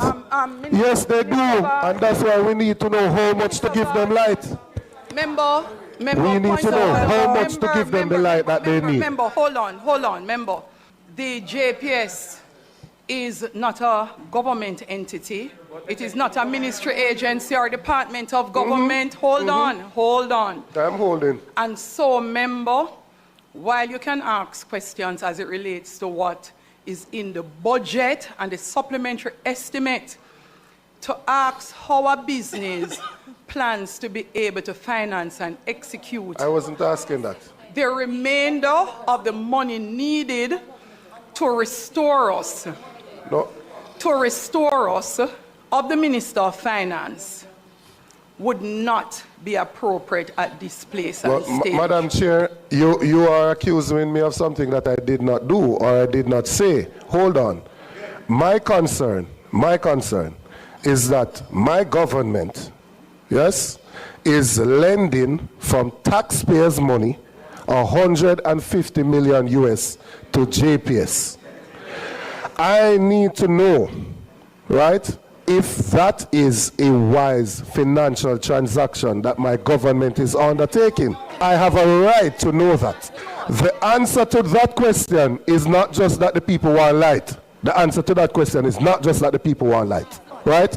No, if it is that they require 350 and their license only has 2 more years on it, then any prudent individual is going to think twice before they lend them the money, because they have no guarantee to continue operating beyond 2 years. All right, member, so hold on a what moment. basis did the finance ministry take a decision to lend the 150 million? Member, hold on a minute, please. So, madam, put those questions. I'm just saying. Members, please allow Member Green to speak. I implore you, member. Finance Minister, a moment. Yeah, Madam Speaker, just to say, Chair, this matter was raised in the House and was fully ventilated. Madam Chair, the Minister of Energy gave a comprehensive statement on this matter. The questions were asked. I made this point to make. We are not saying that there can't be further concerns, but we have to remember what we're treating with now. Questions have been asked about the loan and have been answered. The other questions would have to be directed to the Minister of Energy, right? Would have to be. Questions in relation to would have to be directed to the Minister of Energy. There, Floyd Green, the leader of government business in the House of Representatives, suggesting that the questions not appropriately put to the Minister of Finance. But I disagree, because these are finance matters. And as I said, that $150 million loan was negotiated with the Ministry of Finance and JPS, not the Ministry of Energy and Darrell Vaz. That's not what took place. It was the Ministry of Finance that undertook that $150 million loan, because the Ministry of Finance is the keeper of the purse so to speak, when it comes to Jamaica's fiscal and monetary affairs. But Leader of Opposition Business in the House, Philip Powell, insisted that the questions were being directed at the right person. Thank you very much, Madam Chairman.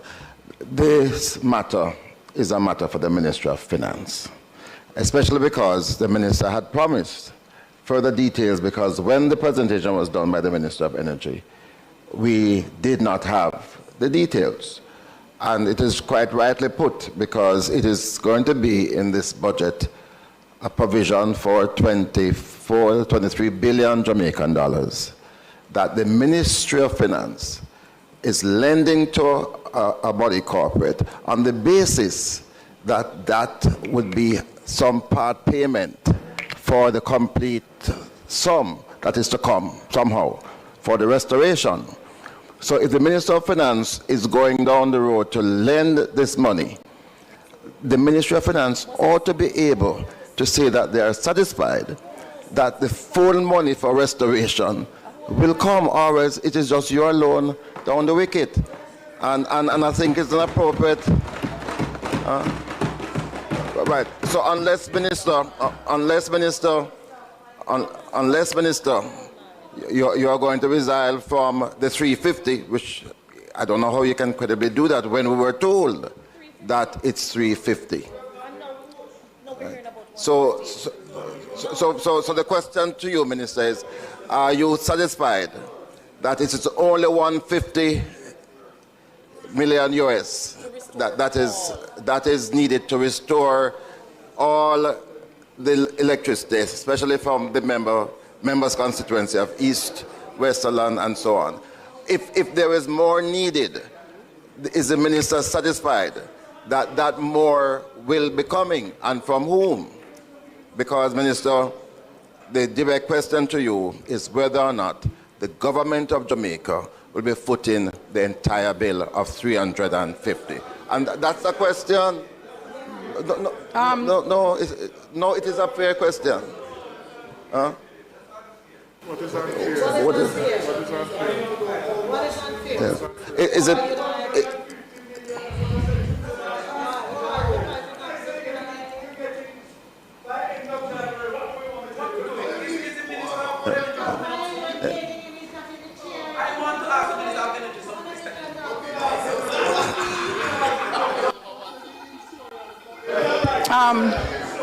Minister of Finance.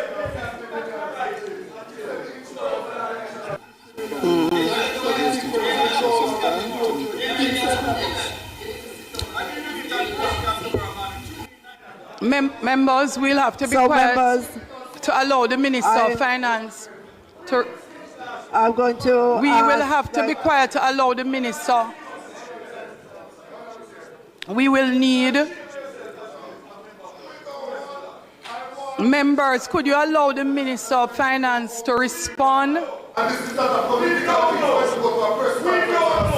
Hold on now. I said start to work already. It's not an easy, it's 2 weeks away. But have yourself, man. One ball's broken, next one, 2 mash up. Next ball, 2 mash up. Broken pieces. Members, are you interested in coming back to committee meeting? For those who are outside, are you ready to come back in?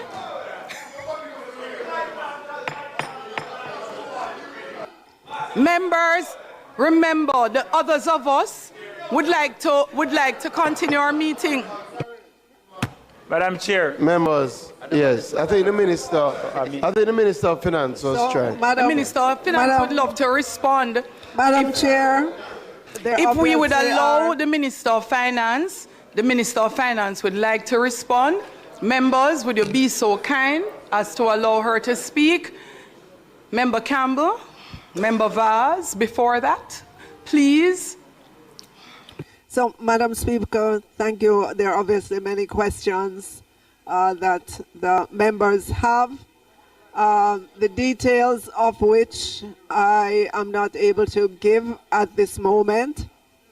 As you said earlier on, JPS is a private entity, And I would implore members to come with their questions, to ask those questions of the Minister of Energy at another Parliament when he's able to answer in great detail all of those questions. What I can say is that the request that was made of us at the Ministry of Finance and the Public Service was for a loan of $150 million US, and you would have heard the Minister of Energy say that that is for restoration by the end, restoration minister, by the end of January 2026. So there you have it, listeners, coming from the Minister of Finance, suggesting that more details and better particulars will be provided by the Energy Minister at a later date. But as I said, I don't believe that's acceptable. I now go back, listeners, to, it was December 3, which would have been last Tuesday, where the minister was answering questions, and that was Favour Williams, regarding the $150 million US loaned by the government to JPS in order to expedite recovery. The loan was to act as a bridge for the light and power companies to attract additional capital elsewhere.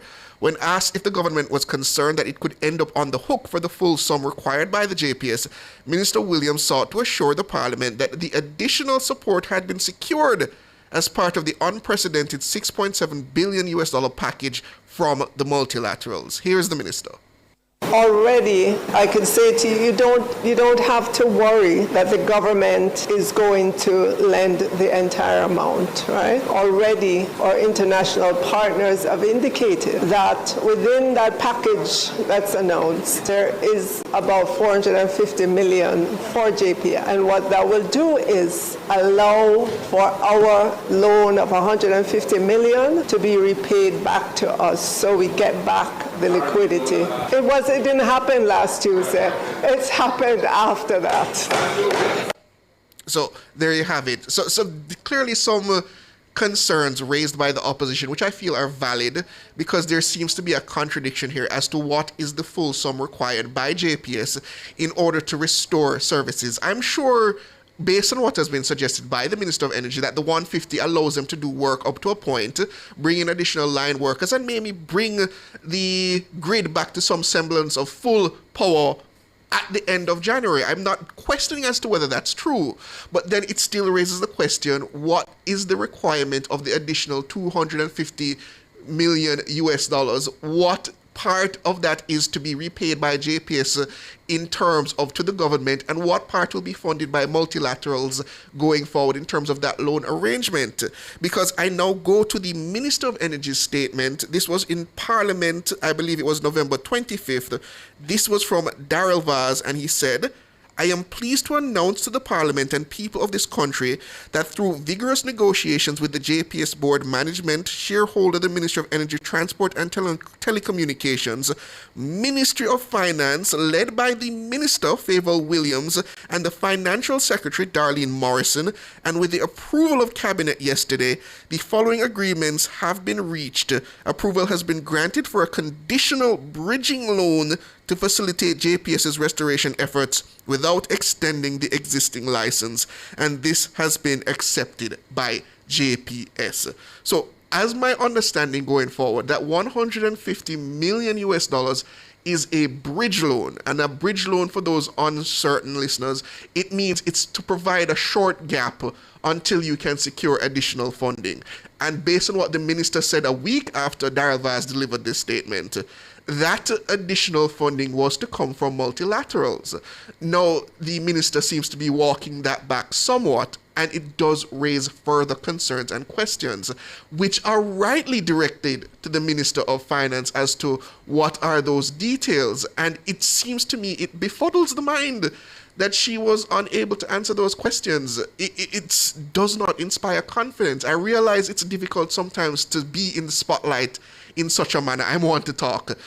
But when you're the Minister of Finance and when you're put in that position with that awesome responsibility, there is an expectation as the people of Jamaica that you will rise to it.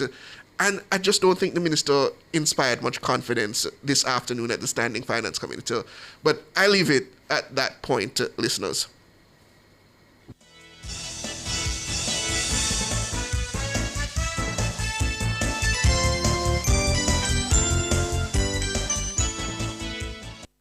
On October 28, 2025, Hurricane Melissa devastated Jamaica. But your government is mobilizing, reaching every community, delivering relief, and rebuilding together. The time by the Office of the Prime Minister is... It's 7:08. We in this together, hands on heart spread wide. We know things will get better, working side by side. We in this together, rebuilding homes and lives, no matter the weather. You are not alone. Sagicor is contributing over $200 million to Jamaica's Hurricane Melissa recovery. We're also standing by our clients. If you're a client in need of support, call 888-SAGICOR. Tune in to Nationwide 90 FM with Pepita and Honeybee from 3 to 5 p.m. as we broadcast live from Megamart Waterloo, Saturday, December 20. Pepita and Honeybee plus Megamart equals a festive customer appreciation celebration. Join us at Megamart Waterloo for the customer appreciation festivities, samplings, entertainment, and more. Pepita and Honeybee are doing it mega with Megamart. Come be part of the mega broadcast with Pepita and Honeybee, Saturday, December 20, 2025 at Megamart Waterloo from 3 to 5 p.m. only on Nationwide 90 FM, the new revolution in media.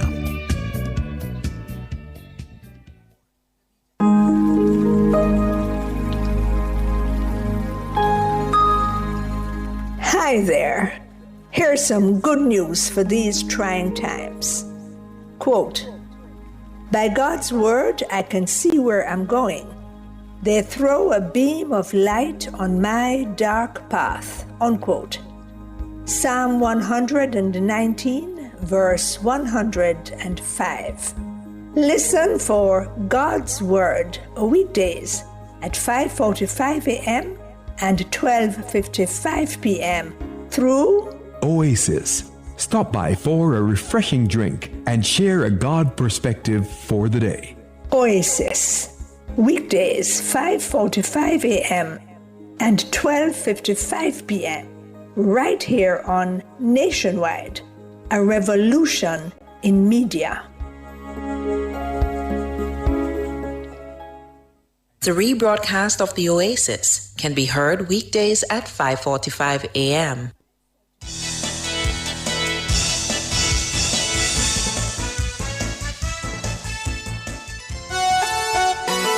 Good God have mercy, hey. Good God have mercy, hey. Lord have mercy, hey. Spurlina build up me confidence. Rastafari run the continent. This King Selassie, you pay the consequence. It's 10 minutes after 7 on a Tuesday evening, and that means it's time for Nature's Remedies, the program to educate you about the uses of natural herbs. And tonight, we'll be talking about Ackee and Noni. And as usual, we'll be opening the lines so you can call in with any questions you may have for our resident pharmacognosist. You know her very well. Her name is Dr. Denise Daly. Good evening, Doc. Good evening. Good evening, listeners. How are you doing today? I am all right. How are you? I am doing well as well. I'm excited about the holidays coming up. Oh, so. Yeah, cook big bickle. Yeah, Christmas break. All right, so I know the Ackee. So let me start with the Noni. I think I've seen Noni. That's the one that looks like, how do I describe it now?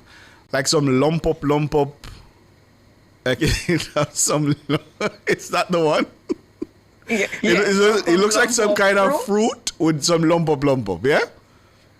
Yes. Okay. That is Noni.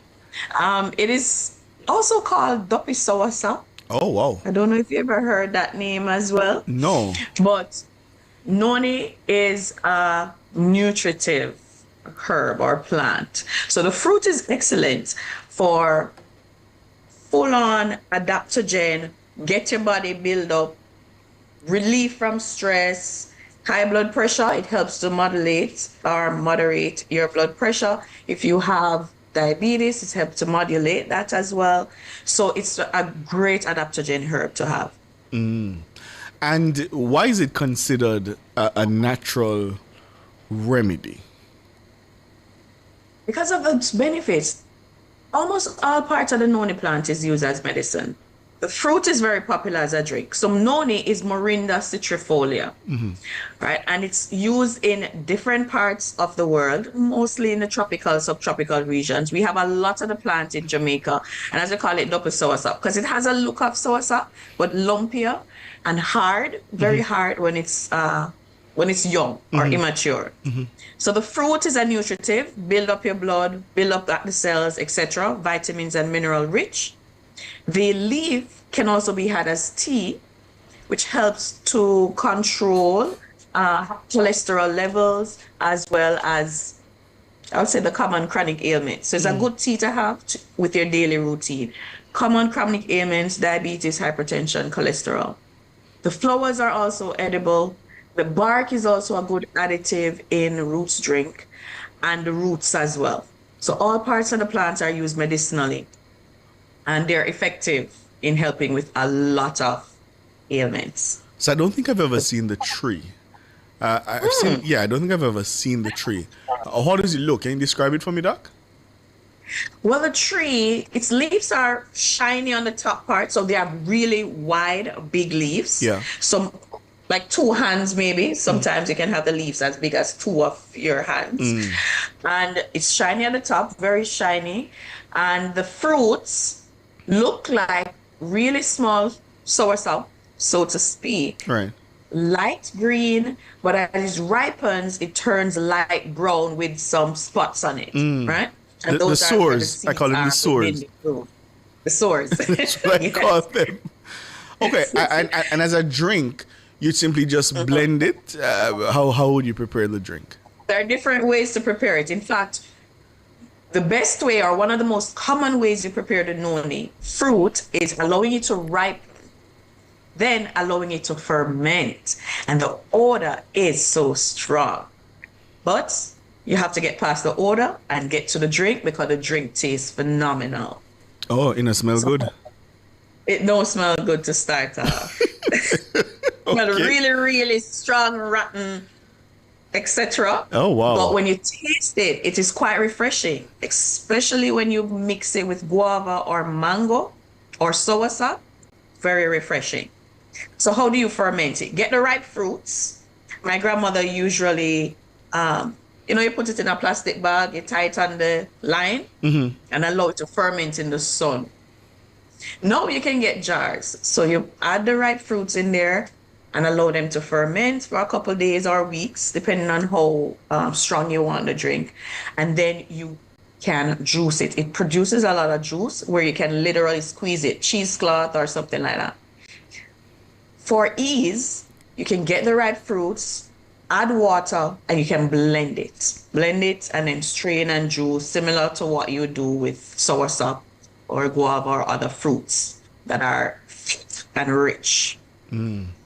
Carlene Smith says outside is the best place to keep it, as opposed when you're doing the fermenting. In the sun. Yeah. All right, Yes. so let's go to Aki now. Everybody know Aki. Goes well with saltfish, goes well with corn pork, goes well with chicken back, goes well with a lot of things. But as a natural remedy, though, talk to me about it, because when I was growing up, I think the fear was if you open the Aki too soon, you're going to poison you. So talk to me about the Aki. Yeah, in fact, you're not supposed to open the Aki. I remember growing up too. I don't know if you remember where they usually say if you want the Aki to open, you go under the tree and laugh, and it laughs back. Is that right? I never heard that one. Yeah. What? Okay, I'm kind of showing up my age now, but okay. But no, as a natural remedy, talk to me about it. As a natural remedy, the pods of the Aki can be used medicinally. The fruit itself, the aril, the part that we cook, that is medicinal. That's the yellow part. Yes, the leaf is also medicinal, the bark, the seeds, and the roots. So I'm going to look at each of them. So let's look at the pods. So that's a part that we usually throw away. And you see mountain of these when we're picking Aki. Right, that's the pink reddish looking part. The pink reddish part. Yes. That is filled with saponins. Saponins are soap-like compounds. So if you get those, the pods, you cut them up, soak them in some water, you can use that to wash clothes. Oh, really? You can also, you can also use it to wash your hair. You can also use it to wash the skin, to bathe. But hold on. So if me I use it wash clothes, how is it medicinal? Because that means it's soap? It's soap. So it has those soap properties for cleaning the clothes and removing dirt and grease and grime. So that is a traditional use, functional use, and it's also a natural detergent. So okay. So you just mean as a natural use, not as a medicinal use. Okay, got you. Yeah, so back on natural, track. Natural detergent. Medicinally, antimicrobial. So when you're washing the skin, if you have eczema, rash, insect bites, it's good for any, what do you call it? No, like fungus or burns on the skin. You can get the pods, rub it on. It really does help.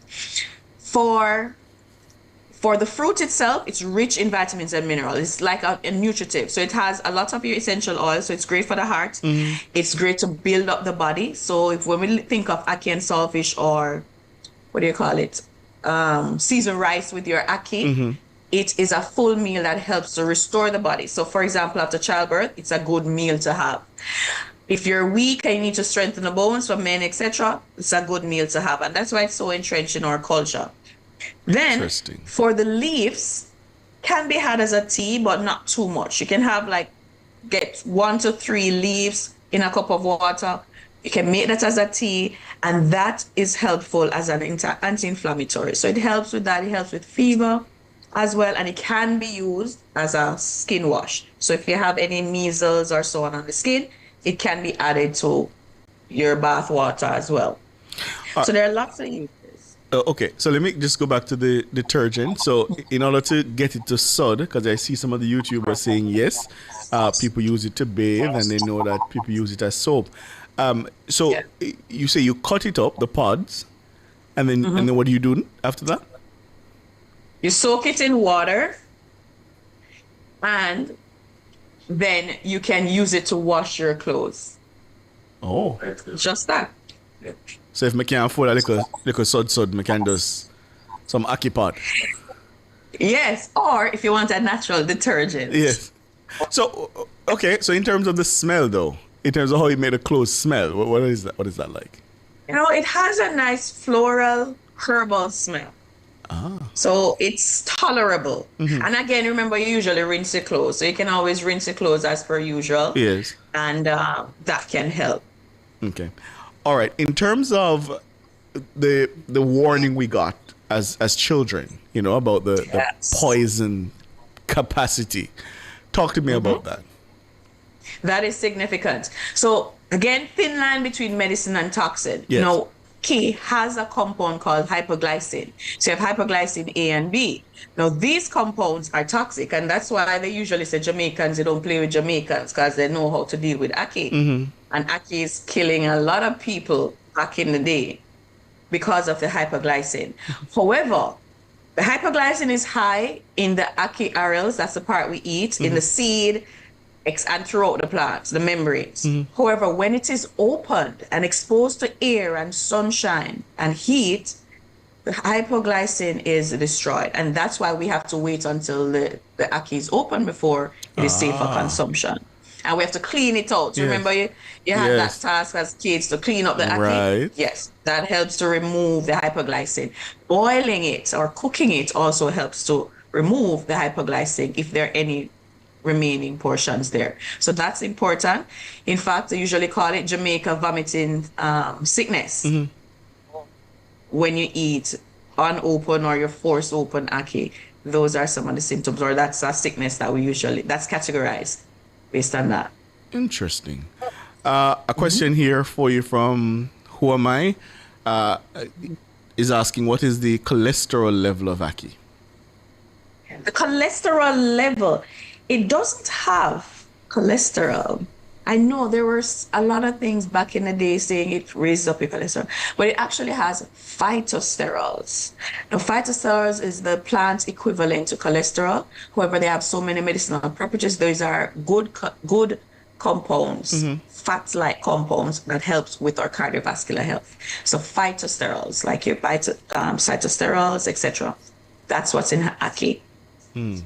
You talked about cardiovascular health. Is that what you said?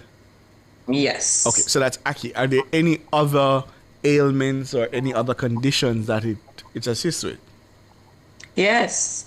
Parasites. So if you have parasites within the system, the digestive tract. I mean worm, if you have worm. Worm and any other microbe, yes. We call all of them worm, but there are different ones that can be within the digestive system. Drinking the leaf tea is good to help to flush those out of the system. So you can have it for 1 to 2 days and then you rest and have a different type of herbal tea, and that will help. Senna is another good one to help flush the system with parasites.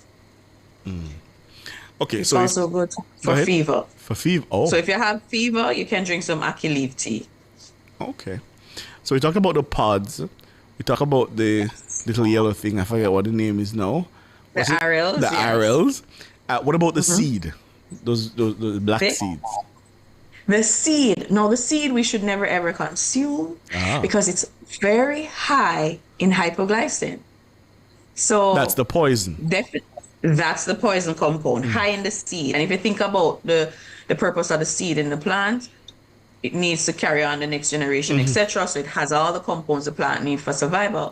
The seed is high in there. However, we do crush the seeds and apply it externally to like wounds and for pain.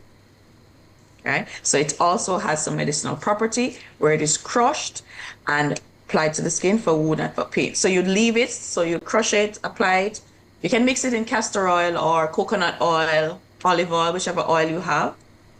I would definitely say add some castor oil to whichever oil you have so it can penetrate more and apply it to the area that is experiencing that pain and inflammation. Have it there for about 30 to an hour and that will help to ease pain. All right. So that's one way it's used. So don't eat the seed. Okay. Don't eat the seed. So there are a lot of questions in the YouTube chat, Doc. I'm going to start with this one about, is there any correlation between ackee and prostate cancer?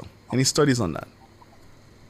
No, I have not seen any, but I can do a deep dive. I can. There's none that I've seen so far, but I know initially they had some issues with ackee in terms of its cholesterol level. But as we have more instrumentation, we're realizing that it's not cholesterol, it's phytosterols. And these are actually good, healthy fats for us. All right. As usual, thin line. So if you're eating ackee too much, you can experience nausea and vomiting. And we've seen that in different cases where excessive use or eating of ackee throughout, like every day, during ackee season, every day, twice a day, etc.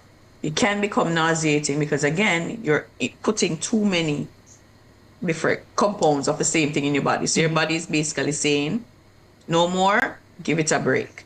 Yeah. Ronald Williams is asking, Doc, what's in the young ackee pod that cures the ringworm on one's body? For the young ackee pod, there are so many different types of compounds when you look at the pharmacognosy and the chemicals in it. It has flavonoids. So flavonoids are good. It has tannins as well that are found in the leaves, in the pods. There are also, well, we mentioned the fats, the good fats and the proteins. Those are good in restoring the skin as well. So quite a few compounds that are there. Polyphenols. Yeah. Mario is asking, is raw ackee or cooked ackee better? Cooked ackee is definitely better. Who is eating raw ackee? You know, you can actually eat ackee raw if you clean it properly and you allow it to quail in the sun. So it experiences some amount of heat to reduce the amount of hypoglycemia in. And then you can use it. And it's so versatile. You can use it to make cakes, salads, punches, and we know the regular ways we use to cook it as well.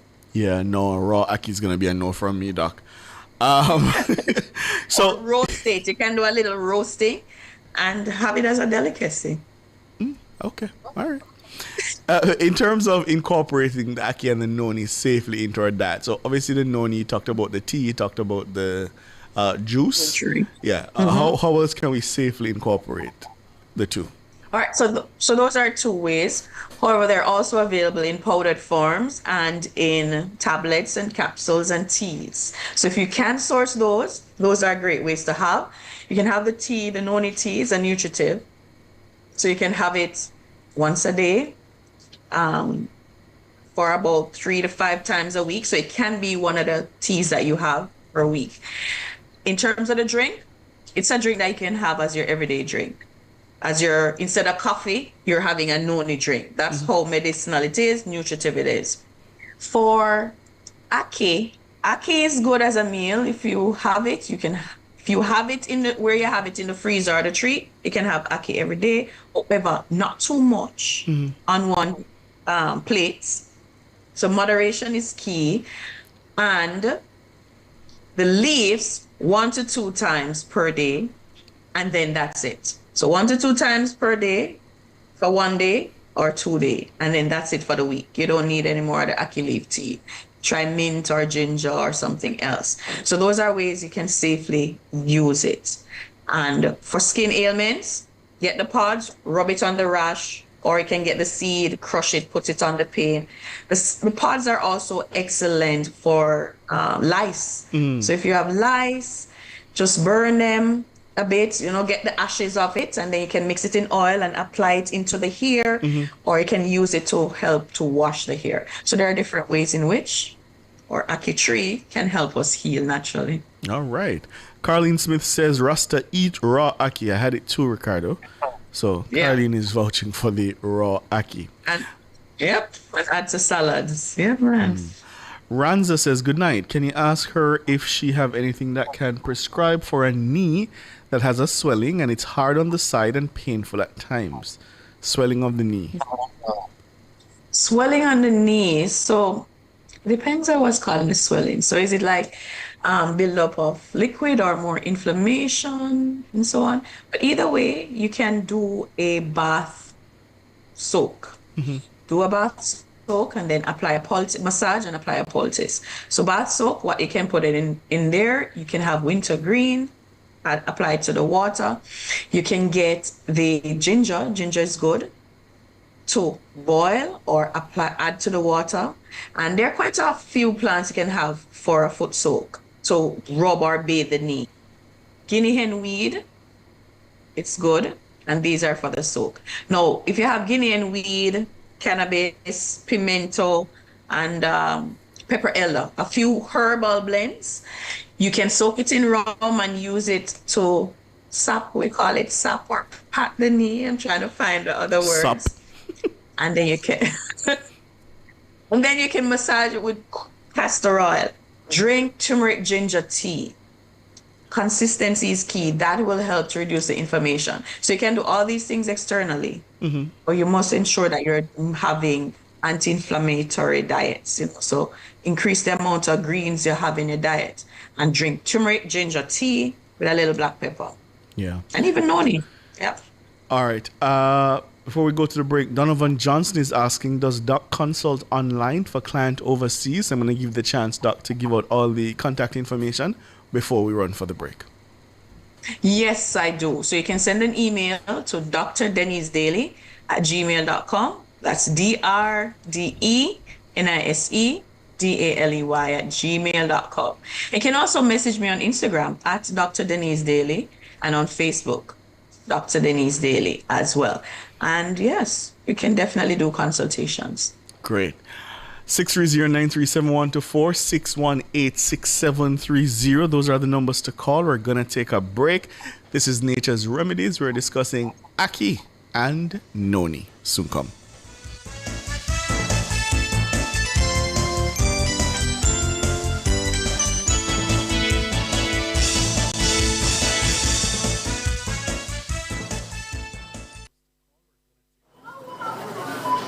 Tracy? Hey girl, what's up? So hold on. Why you look so vexed this early? They not just start. Lisa, it is so good to see you. But sorry you catch me like this, girl. My uncle sent one barrel when my family go for clarity. You know, I hear the price the people them put on or something. Make matters worse, me hear say half of the thing they missing. I'm a no say customs. Girl, how you know say customs? Lisa, stop going like you have no sense, man. You know say everybody I talk about it in the media. You know enough to stop listening to hearsay. You ever experienced that? Customs not go in your package, suitcase, barrel or cargo unless you will ship the item or the agent stand up right there when them are inspect it. Listen, customs' job is to protect the borders, collect revenue, and facilitate trade. Them no collect or store shipment, them inspect it, and somebody have to present it for inspection. So how customs ever get so much costing then? Tracy, and the customs alone involved in the clearance process, you know, even though them we tend to talk about. Look at it this way. Shipment delayed, talk to your airline agent. Missing items, talk to your freight forwarder. The charges surprise, you know. Call customs. But remember to collect your signed and stamped declaration or C number from your agent. So when you call customs, them can better help you. We're never too old for learning. So miss know it all. Want when customs will on your item them now. You mean detain it? But that's only for restricted or prohibited items, Tracy. And in such case, make sure you get a notice of detention for the restricted and seizure notice for the prohibited. The information they all over them social media pages and them websites, you know, Tracy. We have to stay informed as a people, you know, and know your customs. Them there for help and protect all our way.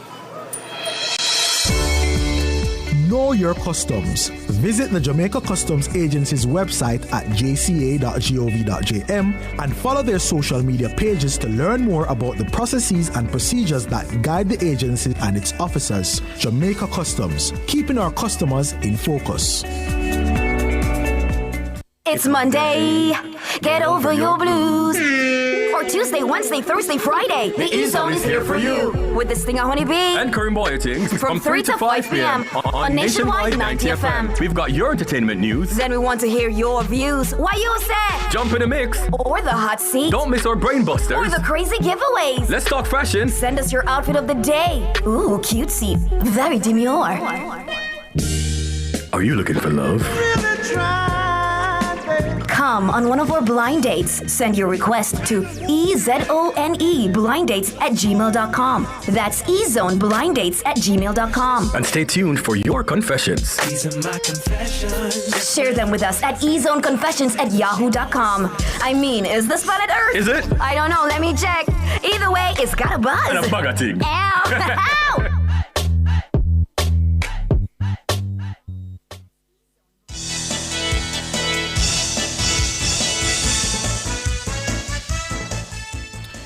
We're back with you on Nationwide at 5, still inside Nature's Remedies with Dr. Denise Daly. We're discussing Aki and Noni, and Sal is on the line. Good evening, Sal. Hey, good evening. And good evening to the doctor. Good evening, So I was sir. wondering when the doctor was going to mention about Aki being the cure for ringworm. Unfortunately, a caller there raised it. But I don't think it should be just walked over like that. It's a very, very effective cure for ringworm. I remember growing up as a kid in the rural area, and ringworm was a common occurrence. And when you get that ringworm, whatever part of your body, you cut that young Aki, you let the stain run out, the stain or the juice run out, and you rub that on the ringworm. And you don't have to do that more than once or twice, you know. Very effective. Yes, that is true. I did just group it up as skin ailments and so on. But yes, ringworm is one that is very effective with. Okay. Aki, cure And for rashes, ringworm. yeah. All right. Thank you, Sal. I appreciate it. Yes. You're very welcome. Yeah, have a good one. All right, thank you. 876-630-9371-4, 876-618-6730. Aki and Noni That's what we're discussing tonight on Nature's Remedies. All right, Doc. So just take us through it again. Let's start with the noni. Why is it good? What are the uses? Where can we find it? Noni, we have it throughout the island. And so it grows right across Jamaica. I've seen it in the plains in Kingston area where you have not too much sunlight, but it doesn't mind. So it's ideal for across the island. It's used if you're stressed, if you're tired and exhausted, noni is a great drink to have. If you want to build up your iron count, if you want to build up vitality or just build your body overall, noni is a great drink to have. Add it with guava, mango, soursop, excellent additions. The leaf is also excellent as a tea for high blood pressure, cholesterol, and just digestive health as well. You can have the noni leaf tea. When you're making a roots drink, when you boil the different roots for vitality, etc., noni bark can be added as well. So it's a morinda plant, citrifolia. For ackee, so many uses. The arils that we eat, excellent with our cardiovascular health. It has phytosterols. It's a nourishment, also vitality. It's neuroprotective, so it protects our brain and our spinal cord, etc. So great addition. The leaves also are excellent for skin ailments and inflammation. The seeds, we throw them away, but it can be used externally only for pain and inflammation. And the bark can also be used for parasites. So there's so many uses, and we have it right across the island as well. And the different types, you have butter ackee and cheese ackee, but there's still the sapida species that are edible. Still effective. Charlie, good evening. Good evening, sir. Would like to speak with the doctor. She's hearing you. Go ahead. Yes, sir. I was wondering, right? It's like basically when you blend the ackee, right? You see milk, right? Is that milk a part of protein? It does. It does have protein. It has amino acids. And that's why ackee itself is a good addition to meals. So it's not really milk per se, but it's the softness of the arils. So when you blend it out, especially if it's the butter ackee, you have that creamy texture. But yes, it has amino acids, so persons do use it in making punches as well. Okay, and the nomi, right? The nomi, I know that the nomi it have a strong odor, but that odor really is every time, like when I'm going near it, it's like it trigger off a sinus type reaction. So I was wondering if that really is like basically it give me a side effect when I go near it, if it's kind of bother me if I drink it, because I'm not really familiar with it. Yes, I would say avoid it. Yeah, I would say avoid it if just smelling it starts to trigger allergic reaction, then you'd want to avoid it. Or you might try a tablespoon and see, but just the odor, maybe that compound that's coming off irritates your nose, etc. I don't know if it's your skin it irritates or it causes it to sneeze. So it depends on how it affects you again, but it gives you an idea how it's affecting your body. Okay, ma'am. Thank you very much. All right. You're welcome. Thank you, Charlie. Thank you. All right, Doc. That's all the calls we have, and I don't see any more questions. Maybe what you could do for us, Doc, is to just check on that supposed link between ackee and prostate cancer, because that question keeps coming up in the chat. So maybe you can check on that for us, and then let us know. Yeah, I'll relate. Yeah, man. To see if there's any new research on that. Definitely. Right. All right. Thank you so much, Doc. Really appreciate it. You're most welcome, and have a good night. You and too. Remember, drDeniseDaily@gmail.com. All right. So our resident pharmacognosist there, Dr. Denise Daly, educating us on the natural uses of ackee and noni. Yeah. So next time you have some ackee, it actually has significant health benefit, not just to go with your corn pork or your chicken back or your saltfish or however you like it. Yeah, we're gonna take your calls now on the happenings of the day. 630-9371-4 618-6730. Come tell us what's on your mind about national or international or even regional issues.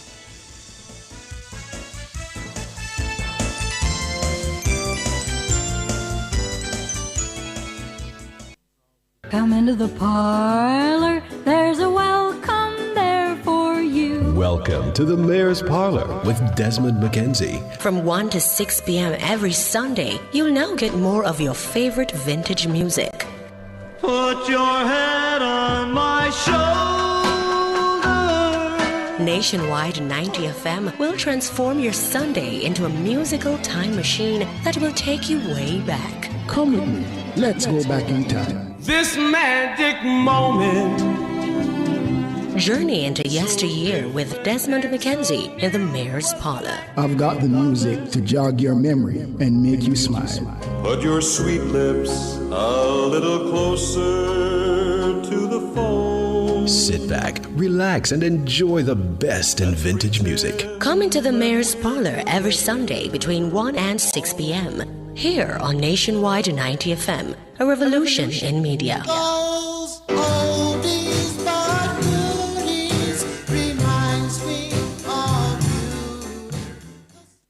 you. Tune in to Nationwide 90 FM with Pepita and Honeybee from 3 to 5 p.m. as we broadcast live from Megamart Waterloo, Saturday, December 20. Pepita and Honeybee plus Megamart equals a festive customer appreciation celebration. Join us at Megamart Waterloo for the customer appreciation festivities, samplings, entertainment, and more. Pepita and Honeybee are doing it mega with Megamart. Come be part of the mega broadcast with Pepita and Honeybee, Saturday, December 20, 2025 at Megamart Waterloo from 3 to 5 p.m. only on Nationwide 90 FM, the new revolution in media.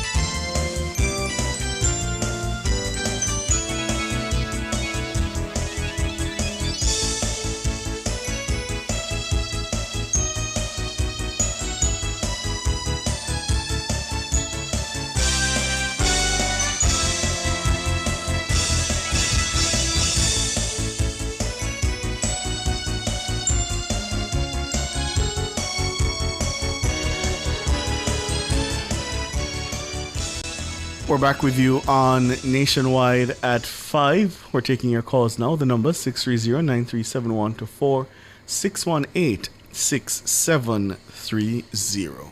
Siobhan Campbell. Yes, sir. You're the parliamentary reporter. How may I assist you?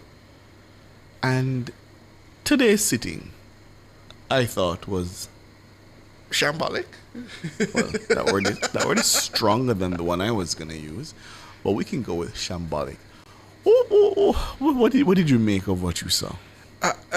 I'm not sure what happened today. I understand the speaker explained that she had a meeting with the new executive director for the Integrity Commission. Mm-hmm. So already the parliament started almost an hour late as a result of that. And she apologized for being late, yeah. But even as we got into the sitting itself, there was clearly some miscommunications with the Ministry of Finance and the other executive bodies because they had to delay the Standing Finance Committee for a while longer in order to facilitate the financial secretary showing up. And then there were other attendant delays as a result of misprinted documents, errors in the... And that's what I wanted to get at, because you pay attention to these things closer than I do. Is that usual for the finance ministry's technical team? Minister was there, the state minister was there, and they really came across as fumbling. That's what came across to me. And I'm just to the situation that we're all currently in. I suppose Hurricane Melissa has caused a certain level of displacement, even in the Ministry of Finance, in terms of making sure all the affairs are in order. But today was taxing, so to speak, because even members on both sides had to raise concerns about how the process was going forward, because there were quite a few issues in terms of how things were handled. Yeah. Shambolic, that's the word you used? Maybe it is too strong a statement, but I was perturbed because things just went off to a bad start this afternoon. Yeah. I think form is as important as substance, and the form appeared to me anyway. And I should point out that the Parliament is, because of the myriad delays, the Parliament is still ongoing at this moment. 630-937-124-618-6730 East Central. Good evening. Good evening, Mr. Siobhan. Good evening, Mr. Ricardo. Evening, sir. How are you doing, East Central? I'm okay now. Mr. Ricardo, Mr. Siobhan, it seems like we ought to get back some water within the next 4 to 5 days, because I know that in East Central St. James on the border of North Shirley in Amden, there is some workers from overseas.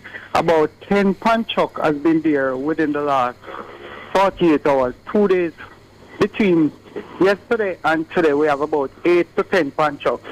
These guys are doing the restoration work in terms of the JPS recovery that leads the current from Greenwood, come up through Goodwill. Current is at Goodwill.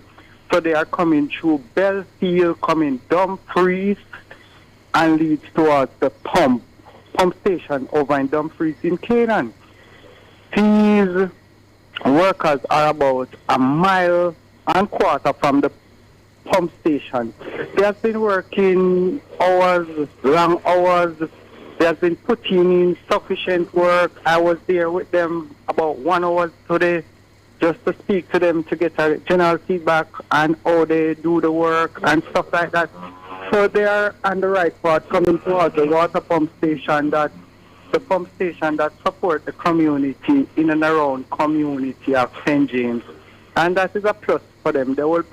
I think they will be back tomorrow, because today when I was there, it was 2 posts. They had planted about 4 posts yesterday and get up the tension wire. There is 2 posts that needed the brace today. They were working on the brace, but I leave about 1:30 and goes to Wakefield today. But I didn't get back within the time span because I have other engagement to go and take care of today. But tomorrow I will be there to see what's best and how things have been coming on in terms of the JPS work in my part of the country, so that the people of East Central St. James will be getting back some water in a short days. That's my calculation. They will reach the pump station within another 3 days from now. That's my calculation. They can reach before that, but that's my estimation. All right, East Central. I'm happy to hear that you're optimistic about your getting back water soon, because I mean that's one of the most difficult things to live without. I think I said it before. The 3 outside of electricity, I think the 2 most important things for a man to live a good life without complaints is water and plumbing. Thank you, East Central. Mr. Ricardo? You can just call me Ricardo, East Central, but yes, go ahead. I feel that you had provided a platform so most of us can get updates as what is happening right across the country, because it's needed to update family and friends who hasn't been in touch with loved ones since the passment of Melissa. So this is a plus for in and around community and the wider community who hasn't been in the space to get a general breakdown of what is taking place in the space. All right, my Thanks brother. very much. Hear you. Have a good one. He's always been providing those updates, so thank him for that. 630-937-124-618-6730. Those are the numbers to call. We're taking your calls. Ronald Ranger says water is more important than electricity, Siobhan. Which is what I said. Which one could I do without? Yeah. Could you do without plumbing? Probably water.